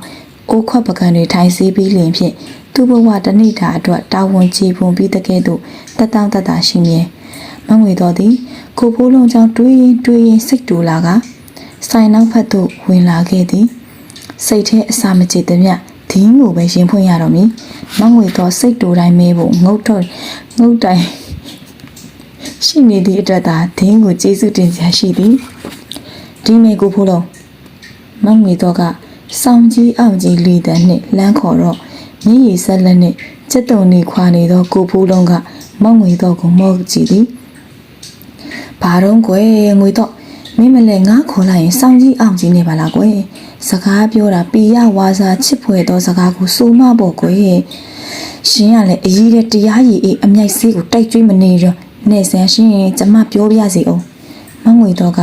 ပြောဆိုကိုဖိုးလုံးရှိမှစောင့်ကလေးထိုင်ချလိုက်တဲ့ဖြင့်တစ်သားကိုပြင်းကတိတ်ကနေလှုပ်သွားကကိုဖိုးလုံးကသူ့ကရုံးပြောင်ကိုလက်ဖြင့်ဖြတ်ခနဲပုတ်လိုက်သည်ကိုဖိုးလုံးကစိတ်အိတ်လာတိုင်းသူ့ကရုံးကိုသူပုတ်လိုက်ပုတ်ထားရှိသည်သူ့စိတ်မှာကတိကအောက်မတတ်မတာဖြစ်တိုင်းသူ့ကရုံးသူနာပုတ်နေတတ်သည်အတူနေစနီးကြောင့်နေ့တိုင်းစိတ်ကတိကအောက်ဖြစ်နေရသောကိုဖိုးလုံးဤကရုံးပြောင်တွင်သပင်ဟူသည်မမြင်ရသည်မှလည်းကြားခဲ့ပြီသပင်ဖြင့်မနေခဲ့သောနှစ်ပေါင်းရှိချာဖြစ်၍မငွေသောဤလင်ဘဝသို့ရောက်လာချိန်မှလည်းကရုံးပြောင်ဖြစ်တာနေဖြစ်ခဲ့သည်သပင်လက်သက်စစ်ထွက်လျင်ပင်ကိုဖိုးလုံးတယောက်မနေတတ်တော့ပြီမငွေသောကြောင့်ကိုဖိုးလုံးမှာဒီလိုပဲခေါင်းမြဲပုတ်နေရတတ်သည်သူရဟန်းဘဝတော်ကတော့စွန်းမှန်လောင်းတတ်သည့်မငွေတော်ကိုတိမ်မွေးလာကြည်ဟုထင်ခဲ့မိသည်သူများဖြစ်လာတော့မှမငွေတော်ဤစာတိရုပ်ကဘောပွားပေါ်လာသည်ကိုဖိုးလုံးကမငွေတော်ကိုဇူးဆောင်းတော့ဟုစိတ်ထဲမှာတိတ်တခုနမေပေးထားသည်ထိုင်လိုက်ပြီးဆိုလဲစောင်းကနေအောက်မှာညှောင်းရှိပြီးနေဖင်ကိုညှောင်းဆူပြီးနှုတ်လို့တော့ရမည်မထင်လမ်းလျှောက်ပြီးဆိုလဲဖနှောင်းကအရင်ချကခြေတံတုံးဖြင့်ရှောက်တတ်သည်စကားပြောပြီးဆိုလဲဒေါသတန်ကလေးဆွတ်ခါပူတောင်ပြင်းပြရှိလာပါတော့မငွေတော့ကိုလောဘဒေါသမောဟတွေလျှော့ဖို့တရားဟောခြင်းပါတော့လဲခုမှဘုန်းကြီးမဟုတ်တော့ပြီမို့ဟောခွင့်မသားကြီးဟိုရင်တော့ငါဖြင့်တင်မပါဖျားမှန်မဖျားနဲ့ကိုဟောသမျှနာခံခဲ့သောမငွေတော်သည်အခုတော့ဖြင့်နေလားဟဲ့ငါလားဟဲ့နှင့်ရန်စကားကိုတွင်ဆိုကကိုဖိုးလုံးကိုခေါင်းမခောက်ယုံတမဲအယုသေးတန်လှသည်မှအင်မတန်မှတရားရစရာကောင်းလာတော့လဲအခုတော့ဖြင့်နှောင်းခဲ့လီပြီဒီမှာရှင်းသီလားကိုဖိုးလုံးဘာလို့သိရမှာတော့ဗျာမနေ့ကလေမတ်ရွှေကျော်ထမင်းဆိုင်မှာစိုင်းဘုတ်အစ်စ်တင်နေတဲ့တော့အေးတွေ့တာပဲအဲ့ဒါဘလို့ဖြစ်လို့တော့သူ့ဆိုင်ဘုတ်ကလှလည်းမလှပါဘူးရိုးတုံကြီးပါကျမဖြင့်ရေးခြင်းလိုက်တာသူကတော့သူ့ဆိုင်ဘုတ်သူအရေးတကြီးလုံနေတာလှလည်းမလှပဲနဲ့မြန်ဟာတဟာရှည်သောမငွေတော့ကိုဖိုးလုံးကငင်းနေရင်ခေါင်းတစ်ချက်ပို့လိုက်သည်ကိုဖိုးလုံးကရေကွက်ကိုမမြင်မငွေတော့ကရေလူအားရသွားတော့မှကိုဖိုးလုံးအကြည့်ကိုတတိထားမိတော့ကအန်တန်ဖြစ်သွားပြီးရှက်ရမ်းလိုက်သည်ရှင်ကဘာကြည့်နေရလဲမင်းကိုကြည့်နေရလေကျမရေးတာကိုရှင်ကကြောင်တောင်ကြည့်နေစရာလားဒါတက်ရွဲ့တာငါမမရေးချင်တာကွာရေးချင်းမရေးချင်းအလိုက်တင်ရေးလိုက်ရောပေါ့ရှင်ဟေးအဲ့ဒီလိုကြီးလားဟာကိုဖိုးလုံးကအခုမှပဲရေးချင်းစိတ်ပေါက်လာကရေချလိုက်သည်ကိုဖိုးလုံးရေးတာကမတ်ရွှေကျော်ကိုရေးတာတော့မဟုတ်သူ့မိမမငွေတော့ကိုရေးတာဖြစ်သည်ရေးစရာမကောင်းတာကိုရေးတော့မငွေတော့ကိုသာကိုဖိုးလုံးအမြင်မှာရေးစရာကောင်းနေသည်မငွေတော့ကတော့ကိုဖိုးလုံးတယောက်သူ့စကားနားထောင်ပြီးရေးသည်ဟုထင်ကအကြည်နဲ့ကြည်ကျေနဲ့လျက်ပြုံးဆက်ဖြစ်သွားသည်မတ်ရွှေကျော်အကြောင်းများကျမမသိခတ်မယ်ဒင်းကဒီလိုပဲအပေါ်ရန်အလှလေးတွေဗန်းပြပြီးသူ့ဆိုင်လူဝင်အောင်လုပ်နေတာသူ့ပင်ကိုအရေးချင်းကဒီလောက်ရှိတာမဟုတ်ဘူးရှင်နဲ့သိတဲ့အတိုင်းပဲသူကအရင်ကအတုတ်သေးလေထမင်းဆိုင်ဖွင့်တာဆိုတာတော်ရုံအရေးချင်းနဲ့ရတာမှမဟုတ်တာအခုမှဟိုဆိုင်ကဟင်းကိုအတူခိုးဒီဆိုင်ကဟင်းကိုအတူခိုးနဲ့အောင်မြင်လာတာသူအရင်ကျမချက်ထားတဲ့ဟင်းအရသာမျိုးကိုအတူခိုးပြီးချက်ရောက်နေတာနေစမ်းပါဦးဒါဆိုမင်းပြောချင်တာကသူကမင်းဟင်းကိုအတူခိုးပြီးချက်တယ်ပေါ့လေဟုတ်တယ်လေဟုတ်ပါမလားငွေတော့ရသူကမင်းဆိုင်မှာဘယ်နှခါလာစားဘူးလို့မင်းဟင်းကိုတူရမှာတော့မငွေတော့ကကိုဖိုးလုံးဤမိကုန်းမှာအငတ်မိကကြောင်အန်းဖြစ်သွားမိမှအိုးရှင်ကလေဒါလေးတောင်မတွေးတတ်ဘူးလားတယောက်ကိုပါဆယ်ဝယ်ခိုင်းပြီးကျမဟင်းတွေကိုအယောင်အစင်းအနံ့အရသာကိုတေချာမီးစမ်းဆက်စုမှာပေါ့တော့အတုတ်တွေကသူများစီကချက်နီးမသိပဲချက်နီးကိုမခိုးပဲဘာချက်တက်မှာမို့လို့လဲအလက်ကတခိုးမှာပါသူများလှုပ်သမျှလိုက်အတူခိုးနေတာသူများဆိုင်ပုံလှလှတင်ထားတာမြင်တော့သူလည်းလိုက်တင်နေရမတွေ့ဘူးလားသူ့နာမည်မရွှေကျော်ဆိုတာကကျမနာမည်မငွေတော့နဲ့ကာယံအတူတူဖြစ်အောင်တူပြီးမှဲ့ထားတာဟင်ဟုတ်ပါမလား ငါသိတာ तू ကမင်းထက်ကြီးတယ်မဟုတ်လားသူ့ကိုနာမည်ပေးပြီးမှမင်းကိုမွေးတာမဟုတ်ဘူးလားကိုဖိုးလုံးရင်မိကုန်းကြောင့်မငွေတော့မှအိုတူအန်တန်ဖြစ်သွားရကအိုးမသိဘူးတီလန်းတီးချင်ကျမတီတာတခုပဲရှိတယ် तू ကမျိုးရိုးလည်းမရှိအရေးချင်းလည်းမရှိပဲသူများတကောက်အတုလိုက်ခိုးပြီးအောင်မြင်လာတာအော်ပြီးတော့ तू ကတိတ်လေတာသိလား तू အခုယူထားတဲ့လင်ကသူ့ကြီးစားဦးလည်းမဟုတ်ဘူးတဲ့တော့အရင်ကြီးစားကိုထားခဲ့ပြီးဒီလင်ကိုယူလာတဲ့တော့အော်မင်းနဲ့သူ့ဆိုင်ရောင်းကောင်းတာနဲ့ပဲအောက်ဖဲတွေလှန်စီနေပါမြန်ပြီမင်းကဖြစ်နေတဲ့စိတ်ကသူတစ်ပါးအဆင်ပြေတာကိုမရှုစိတ်နိုင်တဲ့အိတ်သာစိတ်ပဲမငွေတော့ရဲ့အဲ့ဒီလိုမနာလိုစိတ်တွေရှိနေတဲ့၍မင်းပူလောင်ရလိမ့်မယ်ပြီးတော့သူတစ်ပါးကိုမဟုတ်တမ်းတရားဆွတ်ဆွဲတဲ့အပြစ်ကလည်းအင်မတန်ကြီးပါတယ်ကွာအဲ့ဒီအာခုတို့ဟာအခုဘဝမှာရောနောက်ဘဝမှာပါအကျိုးပေးတတ်တယ်ဗဇက်ကလွယ်လွယ်လေးမပြောနဲ့တရားလာဟောနေပြန်ပါပြီတော့ကျမကဆွတ်ဆွဲတာမဟုတ်တာအမှန်တွေပဲပြောနေတာဟောဆိုင်ရှိကအတန်ကြားတယ်မလှတောင်းထင်တယ်တရင်လေးပလင်းလေးတော့ဖက်လိုက်လိုက်အောင်မယ်ဆိုင်ရှိမှာမလှတောင်းအတန်ကိုစီစီညံ့ညံ့ကြားရသဖြင့်မငွေတော့ကဆိုင်ဘက်သို့ခတ်တုတ်တုတ်ပြန်ထွက်လာခဲ့သည်ရက်ရွာကတရင်ပလင်းကိစ္စဆိုမလှတောင်းကအတော်အားကိုးရသည်နေ့စဉ်နဲ့အမျှတရင်ဆောင်တဲလာသူဖြစ်၍မလှတောင်းနေ့စဉ်တရင်လွှာရဲလို့ထုတ်လိုက်လျင်တောင်းဤမြို့ကလေးမှာတော့ရောင်းမလောက်ဖြစ်မှတေးကြသည်သူ့စီကတရင်ကိုခါရရုံမဟုတ်ကိုဖြန့်ကျင်သည့်တရင်ကိုသူ့အားပေးလိုက်လျင်လေအရက်ထဲလှည့်၍မောင်းထုပြောတတ်သူဖြစ်သည်ကိုထမင်းကိုစားကိုခြေထောက်ကိုသုံးထီထန်းလမ်းလျှောက်တရင်ဖြန့်ပြူသည့်နေရာမှာတော့မလှတောင်းကဘောလန်ဒီယာဖြစ်သည်မလှတောင်းရင်ဘာတဲ့နေထုတွေပါတဲ့တော့မငွေတော့ကတက်ကြွကြီးမေးလိုက်တော့မလှတောင်းကထက်တန်ကြီးပြန်ပြောသည်မှာထူးတာတွေကတော့တပုံကြီးပေါ့ရှင်အဲ့ဒါတွေခဏထားပါအောင်ကျမစိတ်ထဲဇနိုးစနောက်ဖြစ်လာတာလေးတခုပြောပြရစီအောင်ဘာများတော့ကျမမနေ့ကမန္တလေးကဧည့်သည်လာလို့မရွှေကျော်ဆိုင်မှာထမင်းလိုက်ကျွေးရတယ်ရှင်းဆိုင်ကိုခေါ်လာခြင်းပေမဲ့သူကမရွှေကျော်မှမရွှေကျော်ဖြစ်နေတော့အဲ့ဒီဆိုင်ပဲလိုက်ကျွေးရင်ကျမလည်းအတူလိုက်စားလိုက်ရတယ်သူ့ဆိုင်ရဟင်းတွေကကောင်းလာတယ်လည်းမဟုတ်ပါဘူးတော့သူ့ဟင်းတွေကငါခိုးလေခရမ်းကစော့တီတွေအဆက်ချက်ထားတဲ့ဟင်းကတော့ရှင့်ဟင်းကိုအတုချက်တလားတောင်ထင်းမိတယ်အရသာရောအယောင်အစင်းရောတူမတူပဲဟင်းဟုတ်လားထင်းတော့ထင်းသားပဲရှင်အချိန်ရရင်သူ့ဆိုင်ကအဲ့ဒီဟင်းကိုဝယ်လာခဲ့ပေးစမ်းပါဦးမလှတောင်းရဲ့အိုးရှင်အပြောနောက်ကြတယ်ကျမကရှင်မြည်စမ်းကြည့်ဖို့ဝယ်လာပြီးသားအမလေးကျေးဇူးတင်လိုက်တာမလှတောင်းရဲ့မငွေတော့က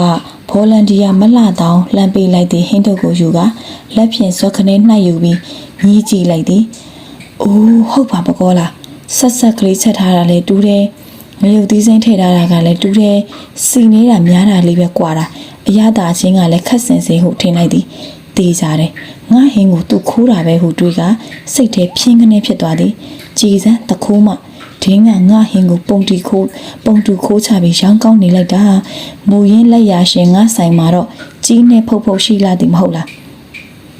တေးကြတယ်သူကျမဟင်းကိုခိုးချတာတေးကြတယ်ကျမဘာလို့ရင်ကောင်းမလဲမလားတော့ကိုမြင့်နိုင်တို့ထမင်းဆိုင်ရှင်များအသိကိုတွားတိုင်ပါလားရှင်ဒီလိုမှမတိုင်ရှင်ရပဲသူဟင်းကိုခိုးတယ်လို့ထင်ကြလိမ့်မယ်သူ့ဆိုင်ကနာမည်ကြီးမဟုတ်လားဟုတ်တယ်ဒင်းကိုလူသိရှင်ချတောင်းပန်ခိုင်းရမယ်မငွေတော့သည်အကွက်ဆိုင်လာပြီဟုတွေးကစိတ်တက်ကြွလာသည်မတ်ရွှေကျော်သာနာမည်ပြက်လျင်မတ်ရွှေကျော်ဆိုင်ရောင်းအားကြပြီးကိုယ်ဆိုင်ကရောင်းအားတက်လာမည်ဟုထင်လိုက်သည်သို့နှင့်တိုင်စာဒီဇိုင်းကိုစီကပတ်ကုန်းရေးဖို့ပြင်လိုက်သည်အော်စကားပြောရင်လာရင်ကိစ္စတော့မိတော့မလို့ဒေါ်ရှင်ကစုချင်းဝင်ကောက်ခိုင်းလို့လာရင်ကောက်ရတာမလှတောင်းစကားကြောင့်မငွေတော့ကမလျှော်ဖြစ်တာကြပြီဖြစ်တော့ဘောက်ထားသည့်ကောင်းကိုတစ်ချက်ကုတ်လိုက်ပြီးပတ်စံထဲသည့်အန်ဆွဲကိုဖွင့်ရသည်ဆိုင်ကရောင်းမကောင်းရသည့်အထက်နေ့စဉ်စုချင်းငွေကလည်းစုရသေးသည်ဟိုရင်ဈေးရောင်းကောင်းချိန်ကတော့တနေ့တစ်တောင်းထည့်ရသည့်စုချင်းငွေဆိုတာမငွေတော့တက်ဝင်မပြီလားတလတကမဲနိုင်သည့်အခါကိုကမဲပေါက်လျင်တလုံးတစ်ခဲတည်းသုံးဆွဲရင်းနှီးထားလို့ရသေးသည်မငွေတော်တို့မြို့ကလေးကစုချင်းငွေစုသည့်အထက်မှာထမင်းဆိုင်ရှင်များအသင်းလူကြီးဦးမြင့်နိုင်ဤစနီဒေါ်ဝင်းဝင်းလည်းပါသည်ဦးမြင့်နိုင်ဤတပည့် ဇော်မြင့်ညိုလည်းပါသည်ဒိုင်းကိုင်းသူကတော့အေမျိုးမှလူယိုသေးရှင်ယိုသေးအငိမ့်စားအရာရှိဦးဝန်းထေဤဇနီးအထေဆိုင်ပိုင်ရှင်ဒေါ်အေးရင်ဖြစ်သည်မလာတောင်တယောက်ကတော့မလေးရှားမှာအလုပ်သွားလုပ်နေသည့်သူယောက်ျား၏မပုတ်တစ်ချက်ပို့တစ်ချက်ပတ်စံကိုမလောက်မငှစောင့်မျှော်နေရသူဖြစ်၍စုကြီးမစုနိုင်ဒေါ်အေးရင်အထေဆိုင်မှာတောက်တုံမဲရကူညီပေးရမည်ဖြစ်၍စုကြီးငွေကောက်သည့်အလုပ်ကိုလည်းသူပဲလုပ်ရသည်ဟိုဆိုင်ဝင်ဒီဆိုင်ထွက်၍စုကြီးကောက်သောအလုံးနှင့်စကားယုံစကားဝယ်လုပ်တတ်သောသူအချင်းကလည်းကွက်တီးကြနေတတ်သည်မငွေတော့ကအန်ဆွဲထဲမှာခက်ကြဲကြဲပြတ်နေသည့်900တန်း200တန်း1000တန်းကလေးကိုဆွဲယူထပ်လိုက်ပြီးမလှတောင်းလက်ထဲကိုထိလိုက်သည်ကဲရော့ဒီရက်ထဲဈေးရောက်မကောင်းတော့ပတ်စံ1000ရအောင်မနှဲစုနေရတာနောက်ဆိုရင်တော့တရက်9000လောက်ပဲစုနိုင်တော့မယ်အမလီမငွေတော့ရေငွေစုတာပဲဟာပြန်မရမယ်ပတ်စံလေမဟုတ်ဟိုတလောကရှင်စောစောစီစီစုကြီးတွေကြိုသုံးနေရတော့ဒီမျက်နှာမဟုတ်ပါဘူးတော့ကဲကျမလည်းသွားလိုက်အောင်မယ်ကိုမြင့်နိုင်တို့အိမ်ရောက်ရင်ရှင့်ကိစ္စပြောပြထားလိုက်မယ်ဗော်လန်တီယာမလှတောင်ပြန်သွားတော့အခါမှာတော့မငွေတော့သည်တိုင်စာတစ်ဆောင်ကိုအားတက်သရော်ရေး၍ကြံခဲ့လီသည်